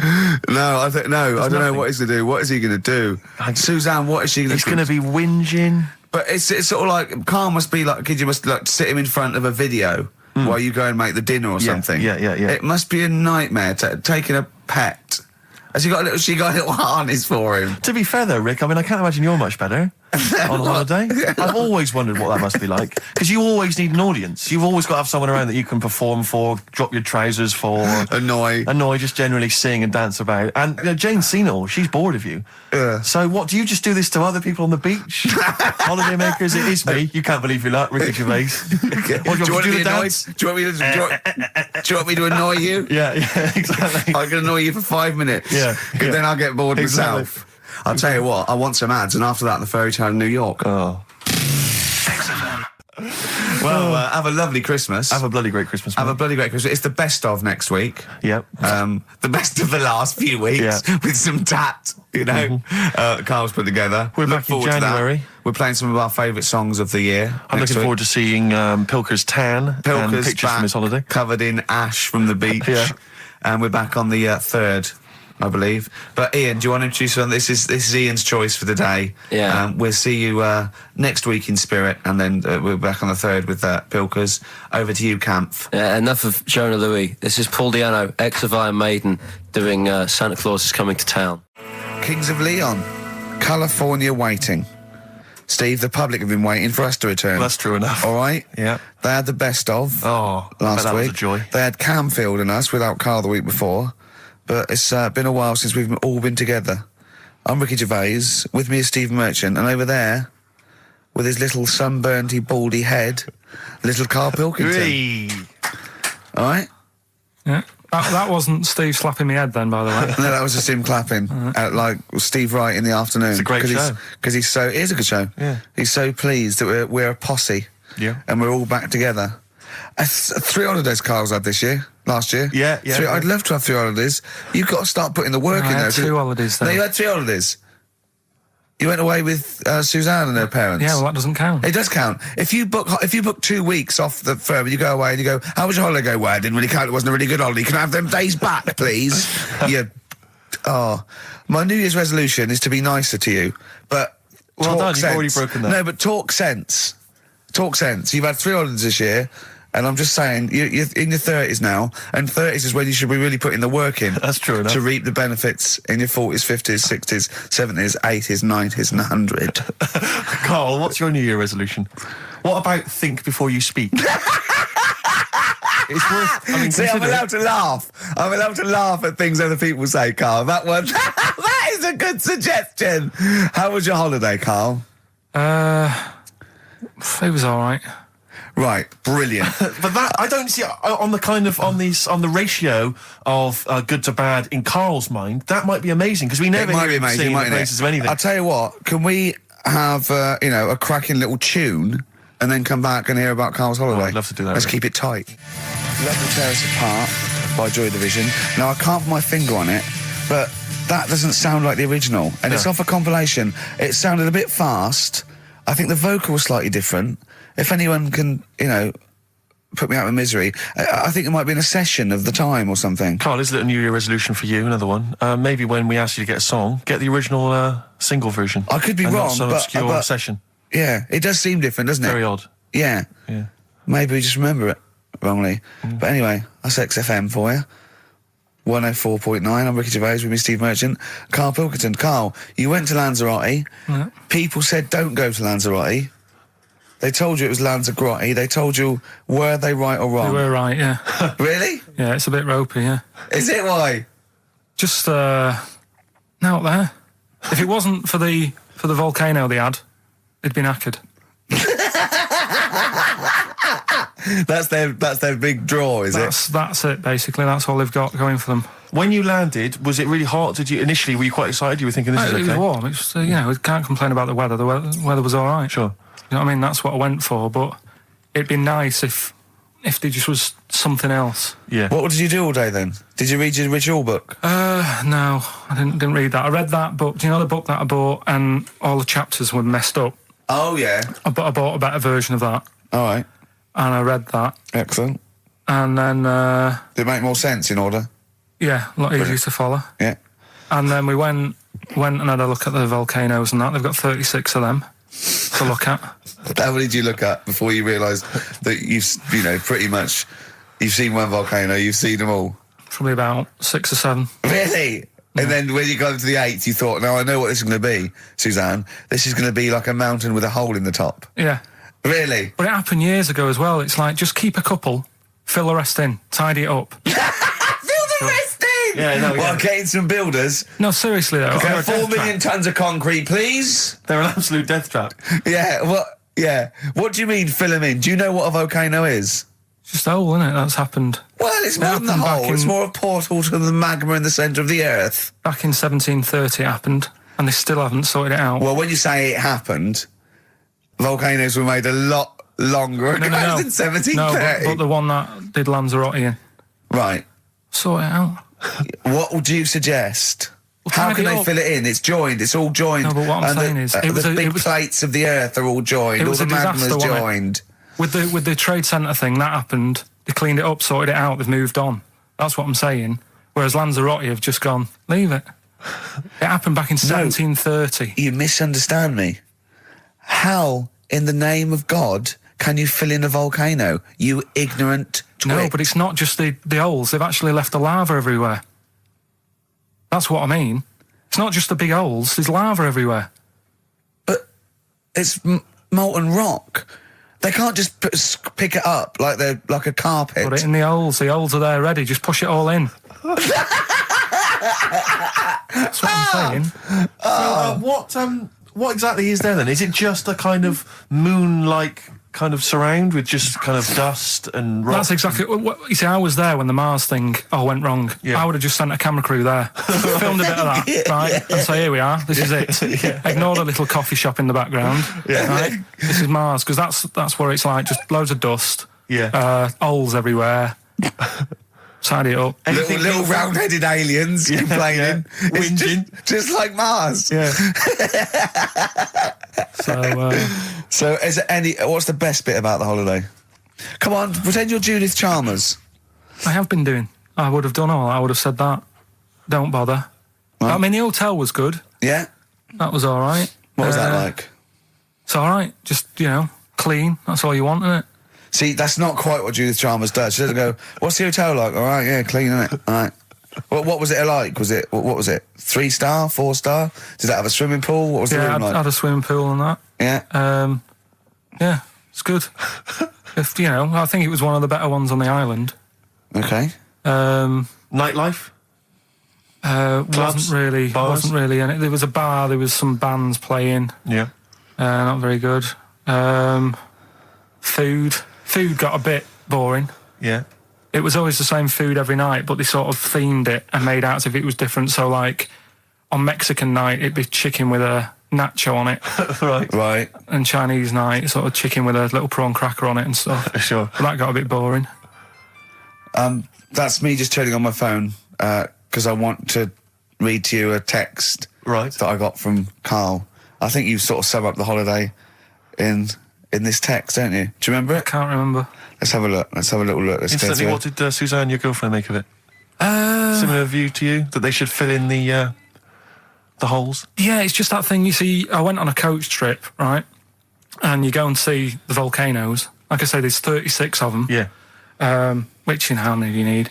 And when we're on the coach going round all these volcanoes, the fella on the front's going and look out your left window at the moment, and there's a volcano. And if you quickly look out of the right-hand side there's another one. Right. And on the left, he's just like, all right, we've seen it. Sure. Do you know what I mean? Yeah. And that trip, I mean, we'll talk about that trip in a bit. Right, this is the text I got from Karl, right? All right. Been up to a volcano. Been in some dead artist's house who built his house in the lava. They said they would show me science with volcanoes, but all they did was chuck some water in a hole and it shot up in the air. No dwarves in the canteen, no scousers here, but there is a Swede woman with a big head. She looks effing gormless with a cap on. All right? So a little reference there to... A Swede woman? What's that mean? Do you mean Swedish? Yeah. Or she looked like a vegetable? No, the Swedish woman. But they've all got sort of quite big bill, aren't they? And I sent him a text. Oh, well, it's just good to be on holiday because, you know, I'm working. He sent back, so am I. Just been watching Sky News. There is a school for monkeys who want to get a band together. Is that monkey news for later?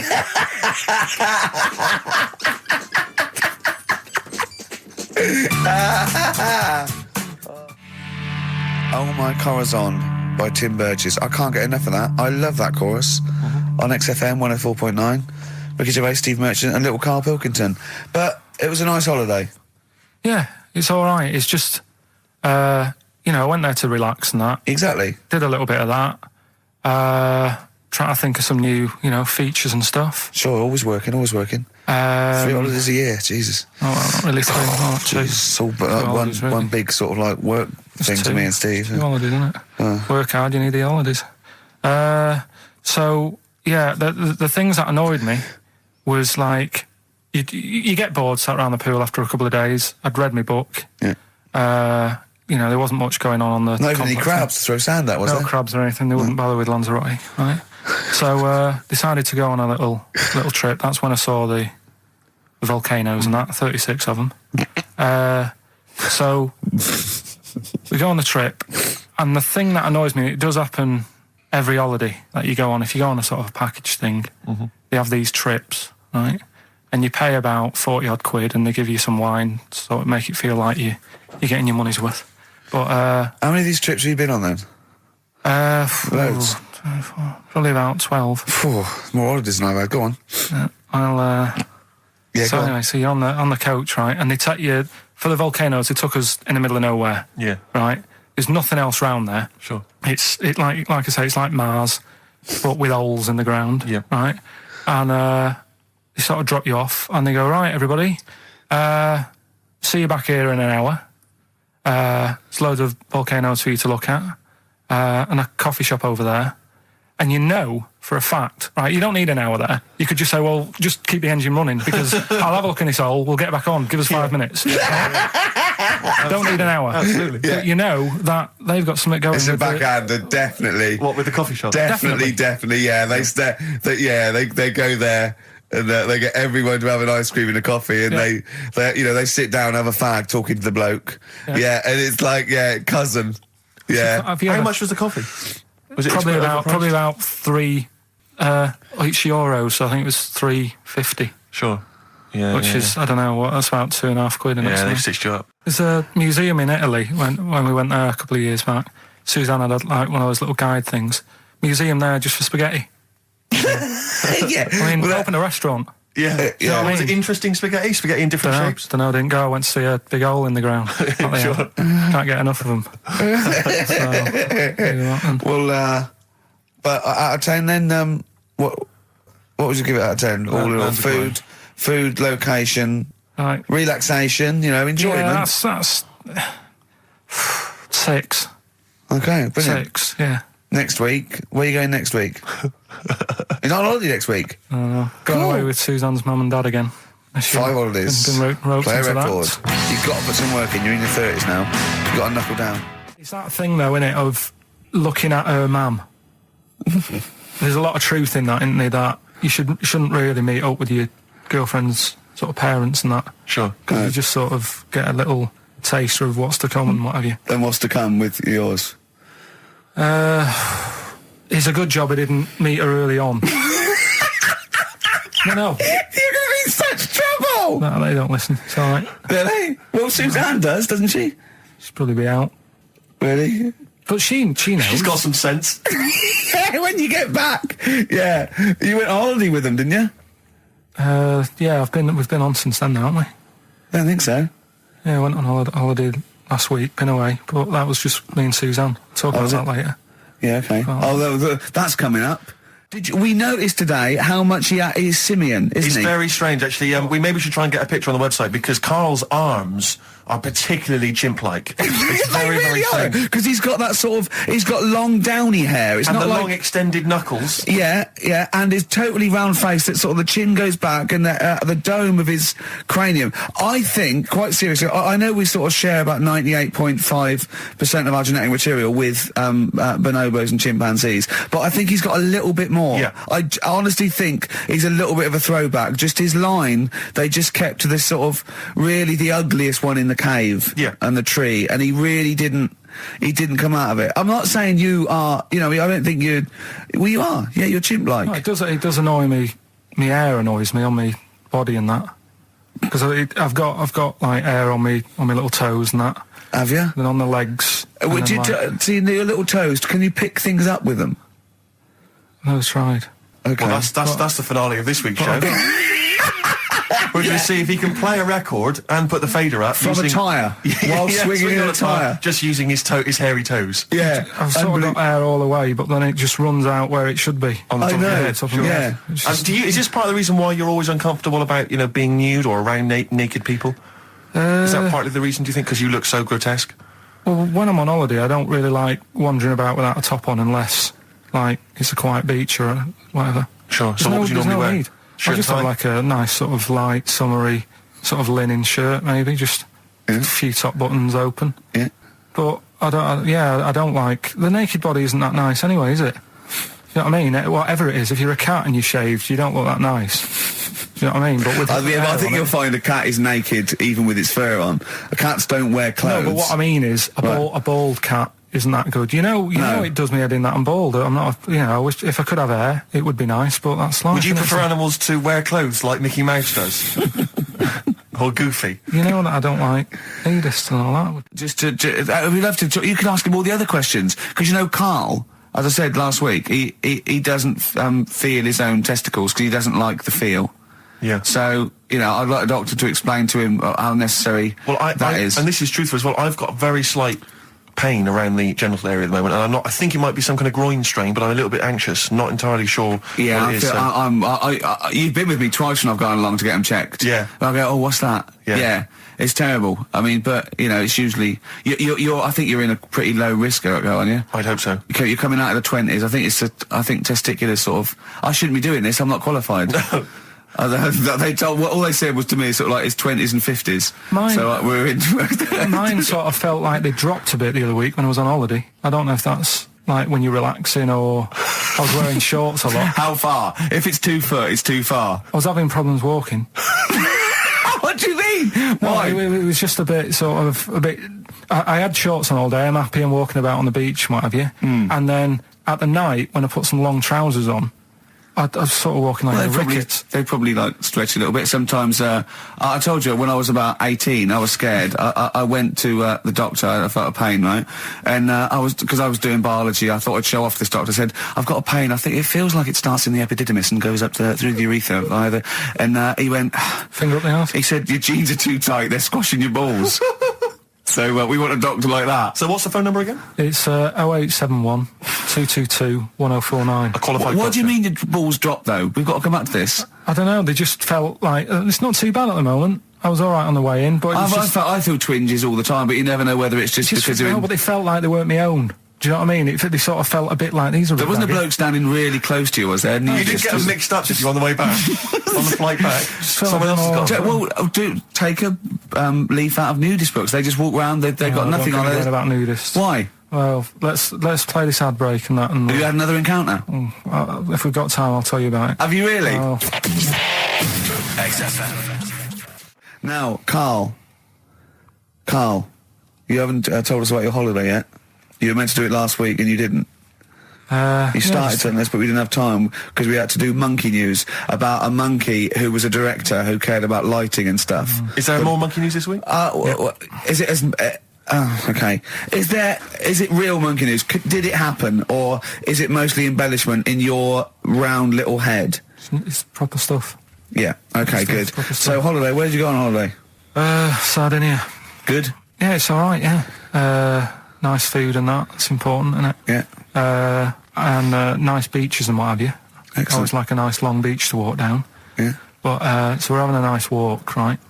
You know how nudists do me head in. Sure. Right. Not a problem though, is it? It's not like being scared of spiders where they might jump out under the kitchen sink at you. You know what I mean? It's not a big problem having your head done in by nudists. Yeah, but it just annoys me. It sort of ruins the day a little bit because it makes me feel uncomfortable. Right. Take your clothes off if you feel uncomfortable. It's much more relaxing. Yeah, but well, anyway, right. So I'm walking along the beach, right? Lovely long beach, what have you? You know, watching the sea, picking up shells and that. And what are you wearing? What's your natural beach clobber? When he says picking up shells, I imagine he's on all fours going, Yeah. like that. You know what I mean? Looking at things, just like washing his nuts in the sea to get them tasty. Yeah, going into the sea and then kind of shaking himself, and all the water flows off. Yeah.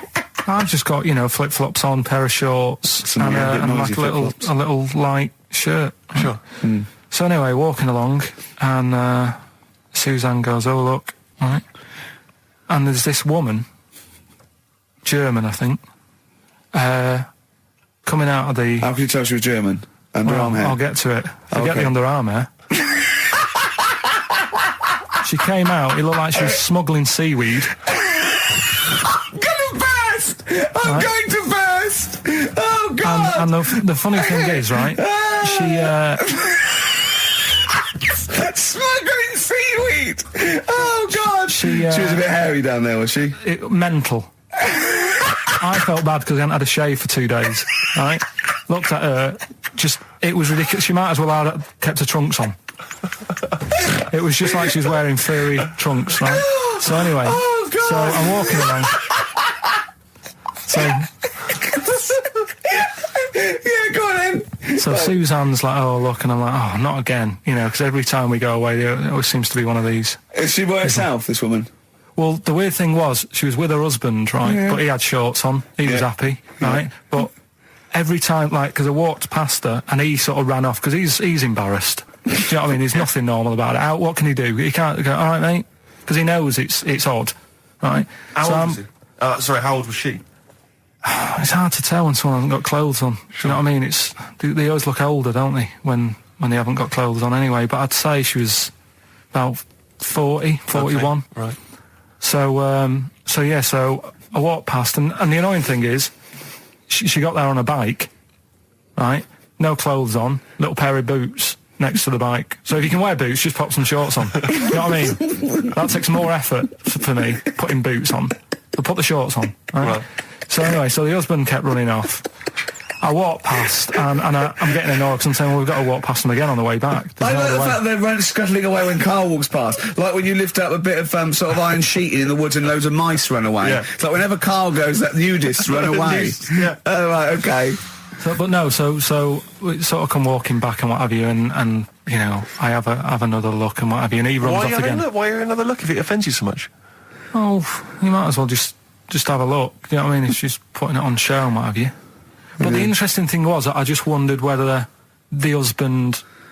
Because If the husband were nude, you'd looked at his tackle. Because remember when you went to see those two strippers and it was a woman and man and they whipped their shorts off, you said you looked at his tackle first. I think any bloke would. Wow. You would. You just check it out. It's natural, isn't it? You just go, oh, right. Go So on it then. is normal or whatever. Because you don't know if you know what I mean? You don't know if what you've got's right until you see someone else's. No, do you know what I mean? Yeah. Go But on then. anyway, so, but he got us talking because I was, then, as soon as I saw her, sort of, day's been ruined a bit, so I'm walking up the beach. It's been ruined! Walking up the beach with Suzanne going, how does it happen? Do you know what I mean? Why do people do this? What fun are they getting out of it and what have you? And, I just was thinking, is there any chance that fella, right, didn't even know that she was a nudist until they went away? Do you know what I mean? Because I Yeah. said to Suzanne, if I met Suzanne, it's like we're getting on, yeah, everything's fine. And then you go off on holiday and you go, you haven't got much luggage. And she's like, no, it's fine, this is plenty. And I'm thinking, that's weird. And then we go down the beach and she whips her knickers off. I'd be annoyed, but there's nothing I could do. Do you know what I mean? Sure. So I'm just wondering whether that's what happened to this fella. Every time someone came walking up, he was like, oh, God, this is embarrassing. And he kept nipping off. Yeah. Finding something else to do. Look at some shells. So I'm wondering, Rick, if at some point, maybe today or in future shows, we should get a nudist, one of those official nudist spokespeople, because all these nudist organisations, get them on the phone, justify themselves to Karl, because, in his mind, they are, what would you say, weirdos, freaks? I don't quite get it. I was reading something in one of the supplements last weekend, and some journalist went round to some, whatever you call it, some resort or whatever for nudes and that. And it's Were they playing volleyball? Well, the annoying thing was, bowls. Why is that annoying? Well, don't play a sport where you got to bend over. Talking of campaigns and things and that, did you see Sir Bob on Jonathan Ross last night? Sir Bob Geldof. Sir Bob Geldof. Yeah. Are you going to walk to Edinburgh or sail to France, Karl? What do you think of all this? The G8? I think it's good that, he's doing some stuff for the world and what have you, but probably won't bother. No? Having a walk. What do you make of all this campaigning? He's dedicated his life to this now, hasn't he? Yeah. I mean, it's interesting. I was watching him last night, and I respect the man. I mean, he used to work here, didn't he? Did some shows and that. It's good. It's all right that he can do it, but... I assume that's not why you respect him. I assume you respect him because he's trying to save a nation, as opposed to used to work in XFM for a while. Yeah, I know, but I'm just saying it's good that he's given up a lot of his time to, try and save the world and that, but, there's a bit of me that's kind of like, is he wasting his time a bit? Right, what do you mean wasting his time? Well, he tried it before and... No, wait. What he's trying to say is that the G8 are I think the 7 most rich, wealthy nations in the world, and Russia, and they get together and they can wipe out the third world debt. I.e. they owe us billions and billions of pounds, they can't afford to pay it back. So he's going to say, let's wipe the slate clean and pledge, I think, a lot more aid and stuff to them, isn't it? So what do you think of that? But won't they just do it again? Right, what's you thinking? No, I just mean... I knew I had a little diamond in the rough here. I mean, obviously, I admit, I brought this up because I really wanted to know what Karl thought of it. Sure. Yeah, I had ulterior motives. It wasn't just for awareness, for the very worthy cause. It was because I know... Look at him looking at me. Look at him, he looks at me like a cat. Honestly, it's like there's nothing behind those eyes. Right, what do you mean? They're just going to run up the debt again, you think? Well, what I mean is, right, when I was a kid, right, and I wanted to go to the arcade... I'd borrow £1 off my mum, right, and she'd say, don't come back asking for more and what have you. But I'd have a go on a pinball machine or whatever, game on a fruity, and then go back, and she'd go, can I have some more money? And she goes, I gave you £1 before. And I go, I know, but I'm on holiday. And she goes, there you go then. And then I go off and do the same thing. I didn't go, no, I wasted the last one, I'm going to pop this in the bank. Right. So you think that's what's going to happen with... That's a nice metaphor. So what do you think happening there? That the Africans are blowing it down the arcade. Instead of putting it towards a fishing rod, they're blowing it down the arcade. I'm trying to win a watch. Look, I've got 100 goals. I think this thing is dodgy. Yeah. I'm trying to win a fluffy toy. Bob's saying you're never going to get the Snoopy. You're never going to get the Snoopy. It's always going to fall out of the little claw before it gets to the top. The claw is not strong enough. Yeah. Do not waste it. No, Midge. Midge, you have to write a song. Write another song, mate. They've blown it down the arcade. Brilliant. Pushing the Senses by Feeder on XFM. Ricky Gervais, Steve Merchant, Karl Pilkington. Right. All right. How you doing, Karl? I'm all right, yeah.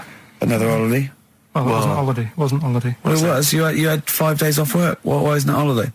You had 5 days not working for a living. You know how many days holiday gets a year now? 29. Oh, that's more than teachers, isn't it? It makes me sick. It makes me sick. Well, I know the kind of hours you work, Rick. It's mad. I mean, if you're not in work by midday, you're furious. No, but I mean, I'm always... 29's normal for the normal working person. Yeah, but, you know... And anyway, it wasn't a proper holiday. I went to see my mum and dad. It's nice to see them and everything, but it's not holiday, is it? Why? It's not going away. It's not getting on a plane, is it? Going away. Oh, is that definitely a holiday? What happened before 1950? I don't know. People used to go... yeah, exactly. People used to go to Blackpool or Brighton. That was holiday. Yeah, but I didn't Where did go you to... go? Went to Wales. There you go. Lovely holiday. Lovely holiday. Have a holiday in Wales. That's what they say, innit? Come to Wales and have a holiday. That's what they say, innit? So come to Wales and meet your parents. Come to Wales and have a lovely holiday. Right. Well, anyway, it was good and that. It's always good to see him. Right? Yeah. But Week off work. do you know, like my mum likes gnomes and stuff. Yeah. Right. Of course she does. She's lived with one for 30 years. She said, you know, get your dad to take us to this park where they've got like, you know, 6-foot gnomes and stuff. Right. Have a walk about. Sounds like a nightmare. Yeah. Sounds like a living nightmare. Keep an eye on Carl. Yeah. So anyway, He stood still for 2 minutes. Someone bought him. No. You can't buy them and that. It's like a little exhibition thing. Yeah. Right? And it's part of a hall. Right, this big hall that you have to pay to get in, but we didn't want to see the hall. I just wanted to see the gnomes. Of course you did, yeah. So anyway, my dad says, yeah, well, we can get in there for free. Of course he did. Clever. Right. So we parked up on this little country lane, right? No one about. We walked How much down was it to go in? Like £2? about £3 each. Yeah. But he said, well, yeah, but if you don't have to pay, do you know what I mean? You enjoy it even more, don't you, when you're walking about and you're thinking, I've got this £3 in my pocket, no one's having it. Yeah. Right. No, looking over shoulder for a bloke with a peak hat saying, can I see your ticket, please? I wouldn't enjoy it more, no. Go on. Yeah, but you don't worry about it, do you? You got a bit of money now then, Rick. You know, you've changed. So anyway, so we had to walk across about 4 fields. For £3! Right, and what happened was we're walking through all these fields and what have you, big grass and muddy bits and all that, 'cause it'd been raining, and climbing over fences and stuff. And we're in this field, right, and I look to my right and there's about 30 cows all staring at us, right? And Suzanne started to panic a bit. She said, we shouldn't be here. And Dad says, of course we can, we're allowed to go wherever we want, you know, all this land, it's ramblers' rights and all that stuff. Yeah. And take a cow if you want. So, unattended. So Serves him right for leaving him in the field unattended. I'm having one. Yeah. And keep us fed for a week. across. Anyway, these cows start surrounding us. Surrounding us. Oh, brilliant. Oh, no. Face off. And Suzanne's panicking, going, this isn't right. We're not going to make it to the fence in time. They're moving faster than us, and he started sort of running a bit. Wow. And It's like Dad some was kind of bovine West Side Story. Don't A gang of cows coming at you. don't worry about it and stuff. But my dad had to sort of stand there and like wave a stick at him. Of course. And we got away, but Suzanne was like having a bit of a sweat You on, got away. saying, we could have got killed. Sure. And my dad saying, no, it never happens. And I just wondered if it does, if there's a risk of... Yeah, it is rare, but there's been a couple of cases of being trampled by cows. They're not aggressive. They sort of run through you. Well, they're aggressive if they've got a calf. They do have kids. What? He had kids with them. Kids, yeah. That's goats you're thinking of. Yeah. Maybe they were trying to sneak into the gnome thing, and they were worried that, like, if too many people did it, they thought some cows, we can just sneak in. They Where were trying, no one's expecting cows. And the cows but were some going, humans. walk upright like you're a human. Don't walk upright. They thought you'd blow their cover. Yeah. Yeah, people have been killed by cows before. Yeah, that was like the highlight. And then So when you arrived there, you were presumably covered in mud, looking like something that had just come from Glastonbury, staggering around this exhibition. It wasn't that bad. It was just like a woods, and it had like a funny sort of funeral, like a graveyard thing. Right. With bodies sort of hanging out the ground and that. And we had What? these 6-foot gnomes. Right. And then we just set off again, walked back. But we You didn't sure have to this go wasn't to the a field. dream? No, it was good. But then I got back, right, Steve, and called up Ricky. I said, right, are you about? Have a chat and that. So he said, I'll just come round. It's a nice day. Have a drink and what have you. So I got round there about 6:30, right? Go up to his door, knock on his door, right? He stood there with his tackle out. Oh. Yeah, what did you make of that? What was wrong with that? What do you mean, what's wrong with that? Why were you looking at it? Why were you looking at it? I tried not to look at it. But again, you're always sort of attracted to it, aren't you? Kind of like... I've never been attracted to another man's tackle. I don't know what you mean. you can't help but have a little sly look. And especially when it's there. When you ring the bell, and I mean the one on the door, right? And that's hanging out. And does he dress to the left or the right? It was to the left, right? Yeah, it was left, yeah. Just popped it out of my shorts for him. Just popped him out of the shorts. Should have seen the state of him. Shorts on, no top, cigar. Looked like someone out of The Sopranos. It was a mess. Yeah. And then, we sat on the balcony drinking wine, didn't we? Did you pop it back in, or was it? Yeah, I popped it straight back in. I got the laugh. Sure. I got the laugh I wanted. Yeah. He walked in, he went, it's not that hot. Straight away, it's not that hot. Oh, brilliant. Then, was that knob news, or is there more? no, it's got more knob news. That's just a coming. taster. Just a taster. Listen, let's play some adverts. Let's play some great music, and maybe we should have some early knob news. Early knob news coming up. XFM.